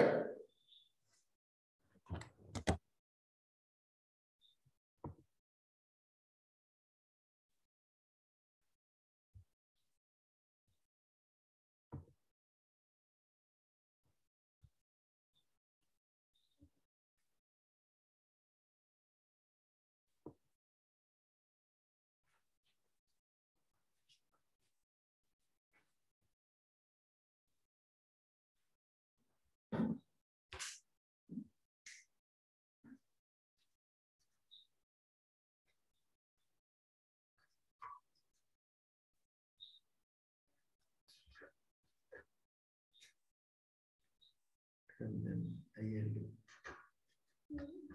LU.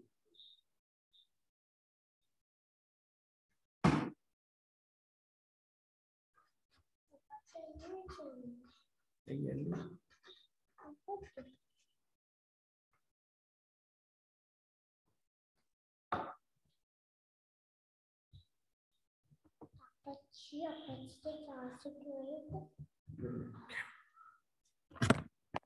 හරි පළවෙනි අවසාන පහ බලමුකෝ 10 ඉඳන් නේද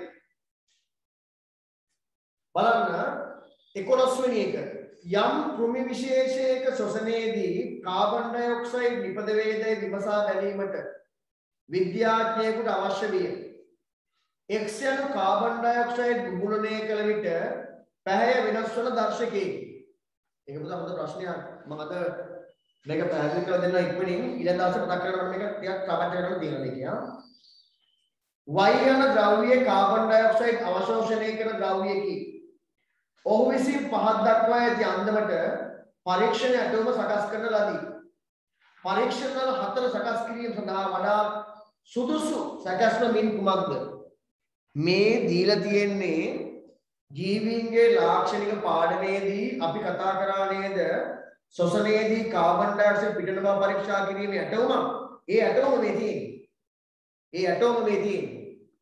එහෙනම් මම කියන්නකෝ ඒ ඇටෝම මතකයි නම් ඒ ඇටෝමේ පළවෙනි නලේ මොනවද දාලා තියෙන්නේ potassium hydroxide ඒ කියන්නේ කාබන් ඩයොක්සයිඩ් අවශෝෂණය කරන ද්‍රව්‍යයක් දෙවෙනි ඇටෝමට දාන්නේ මොකක්ද අපි උණු දියර කාබන් ඩයොක්සයිඩ් නිසා වර්ණය වෙනස් වෙන ද්‍රව්‍යයක් හරි ඊළඟට තුන්වෙනි එකට මොකක්ද අපි දාන්නේ ගෙම්බා ගෙම්බා හරි ප්‍රරෝමණය වල බීජ හරි නේ හතරවෙනි එකට දාන්නේ උණු දියර ඉතින් කාබන් ඩයොක්සයිඩ් නිසා වර්ණය වෙනස් වෙන ද්‍රව්‍යයක් එහෙනම් උත්තරේ වෙන්නේ 1ද 2ද 3ද 4ද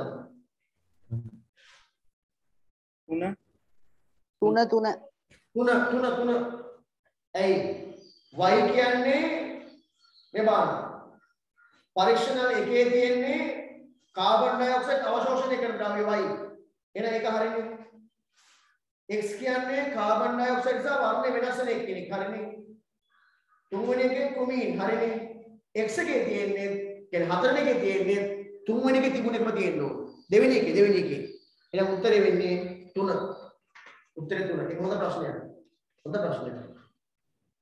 12 පහත සඳහන් ද්‍රව්‍ය අතරින් බහිස්රාවී ද්‍රව්‍යයක් නොවන්නේ කුමක්ද දැන් බලන්න අපිට ඔය ප්‍රශ්නේ හම්බුනේ තුන්වෙනි වතාවට හරි යූරියා මල ද්‍රව්‍ය කාබන් ඩයොක්සයිඩ් යූරික් අම්ලය මොනවද මල ද්‍රව්‍ය කියන්නේ පරිවෘත්තීය ක්‍රියාවලින් හැදෙන එකක් නෙවෙයි ආහාර ජීර්ණයෙන් ලැබෙන ජීර්ණය නොවූ ඵල සහ සුද්ධ ජීවීන් සහ ශ්ලේෂ්මල සහ අර ආහාර මාර්ගයෙන් ගැලවිච්ච අපිච්ච දෙක තුළ හැදෙන මිශ්‍රණයක්. එහෙනම් මල කියන්නේ බයිස්ට්‍රා ද්‍රව්‍යයක් නෙවෙයි. උත්තරය 2. ශාකවල ප්‍රභා සංශ්ලේෂණයේ ඵලයේකි කාබන් ඩයොක්සයිඩ් කියන්නේ ඵලයක් නෙවෙයි අමුද්‍රව්‍යයක්. ජලය කියන්නේ අමුද්‍රව්‍යයක්. ශක්තිය කියන්නේ අවශ්‍ය ප්‍රතික්‍රියාවට අවශ්‍ය ශක්තිය සපයන දෙයක් නෙවෙයි ශක්තියක්. උත්තරේ වෙන්නේ ඔක්සිජන්. ඔක්සිජන් අවශ්‍ය වෙන්නේ නැහැ ඔක්සිජන් පිට වෙනවා. එහෙනම් උත්තරේ 2. ප්‍රභා සංශ්ලේෂණ ක්‍රියාවලියේදී ශාක පත්‍රයට ඇතුළු වන හා ඉන් පිටවන දේ මෙම රූප සටහනේ දැක්වේ. මෙහි A හා B මගින් දක්වා ඇත්තේ බලන්න. A කියන්නේ පත්‍රයේ තුලට වැටෙන දෙයක් නේද? B කියන්නේ නටුව දිගේ පත්‍රයට එන කෙනෙක්. B අනිවාර්යෙන් කවුද? B කවුද? ජලය. B කියන්නේ ජලය. එහෙනම් A මොනවද? හිරුවෙලිය. උත්තරේ හිරුවෙලිය සහ ජලය. උත්තරේ 3. 15. පහත සඳහන් ක්‍රියා තුළින් වායුගෝලයේ කාබන් ඩයොක්සයිඩ් සාන්ද්‍රණය අඩු වීමට දායක වන්නේ ගස් වැවීම, සතුන් නැති කිරීම, ගස් කැපීම, කැලි කසල පිළිසීම. ඒක අහන්න දෙයක් නෙවෙයි උත්තරේ මොකක්ද? ගස් වැවි. ගස් වැවීම. නේද? රෝණ අපි අද දවසේ ව්‍යුහගත රචනා ප්‍රශ්න දෙකක් සාකච්ඡා කරලා ලිව්වා. ඒ වගේම 14ට මොකක්ද කියලා හොයන්න අපෝ.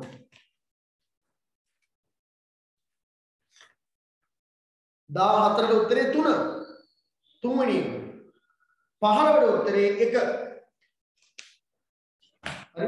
ව්‍යුහගත රචනා දෙකක් ලිව්වා, සාකච්ඡා කරා, රචනා ප්‍රශ්න පත්‍ර එකක් ලිව්වා, සාකච්ඡා කරා, බහුවර්ණ 5ක් සාකච්ඡා කරා. හරි. අපි ඊළඟ දවසේ මේ නිබන්ධනයේ ඉතිරි ටික සාකච්ඡා කරමු. ප්‍රවේණ විද්‍යාව සම්පූර්ණයෙන්ම තියෙන්නේ. ඒක කට් කරගන්න එපා. එහෙනම් අපි අදට පේපර් ක්ලාස් එකෙන්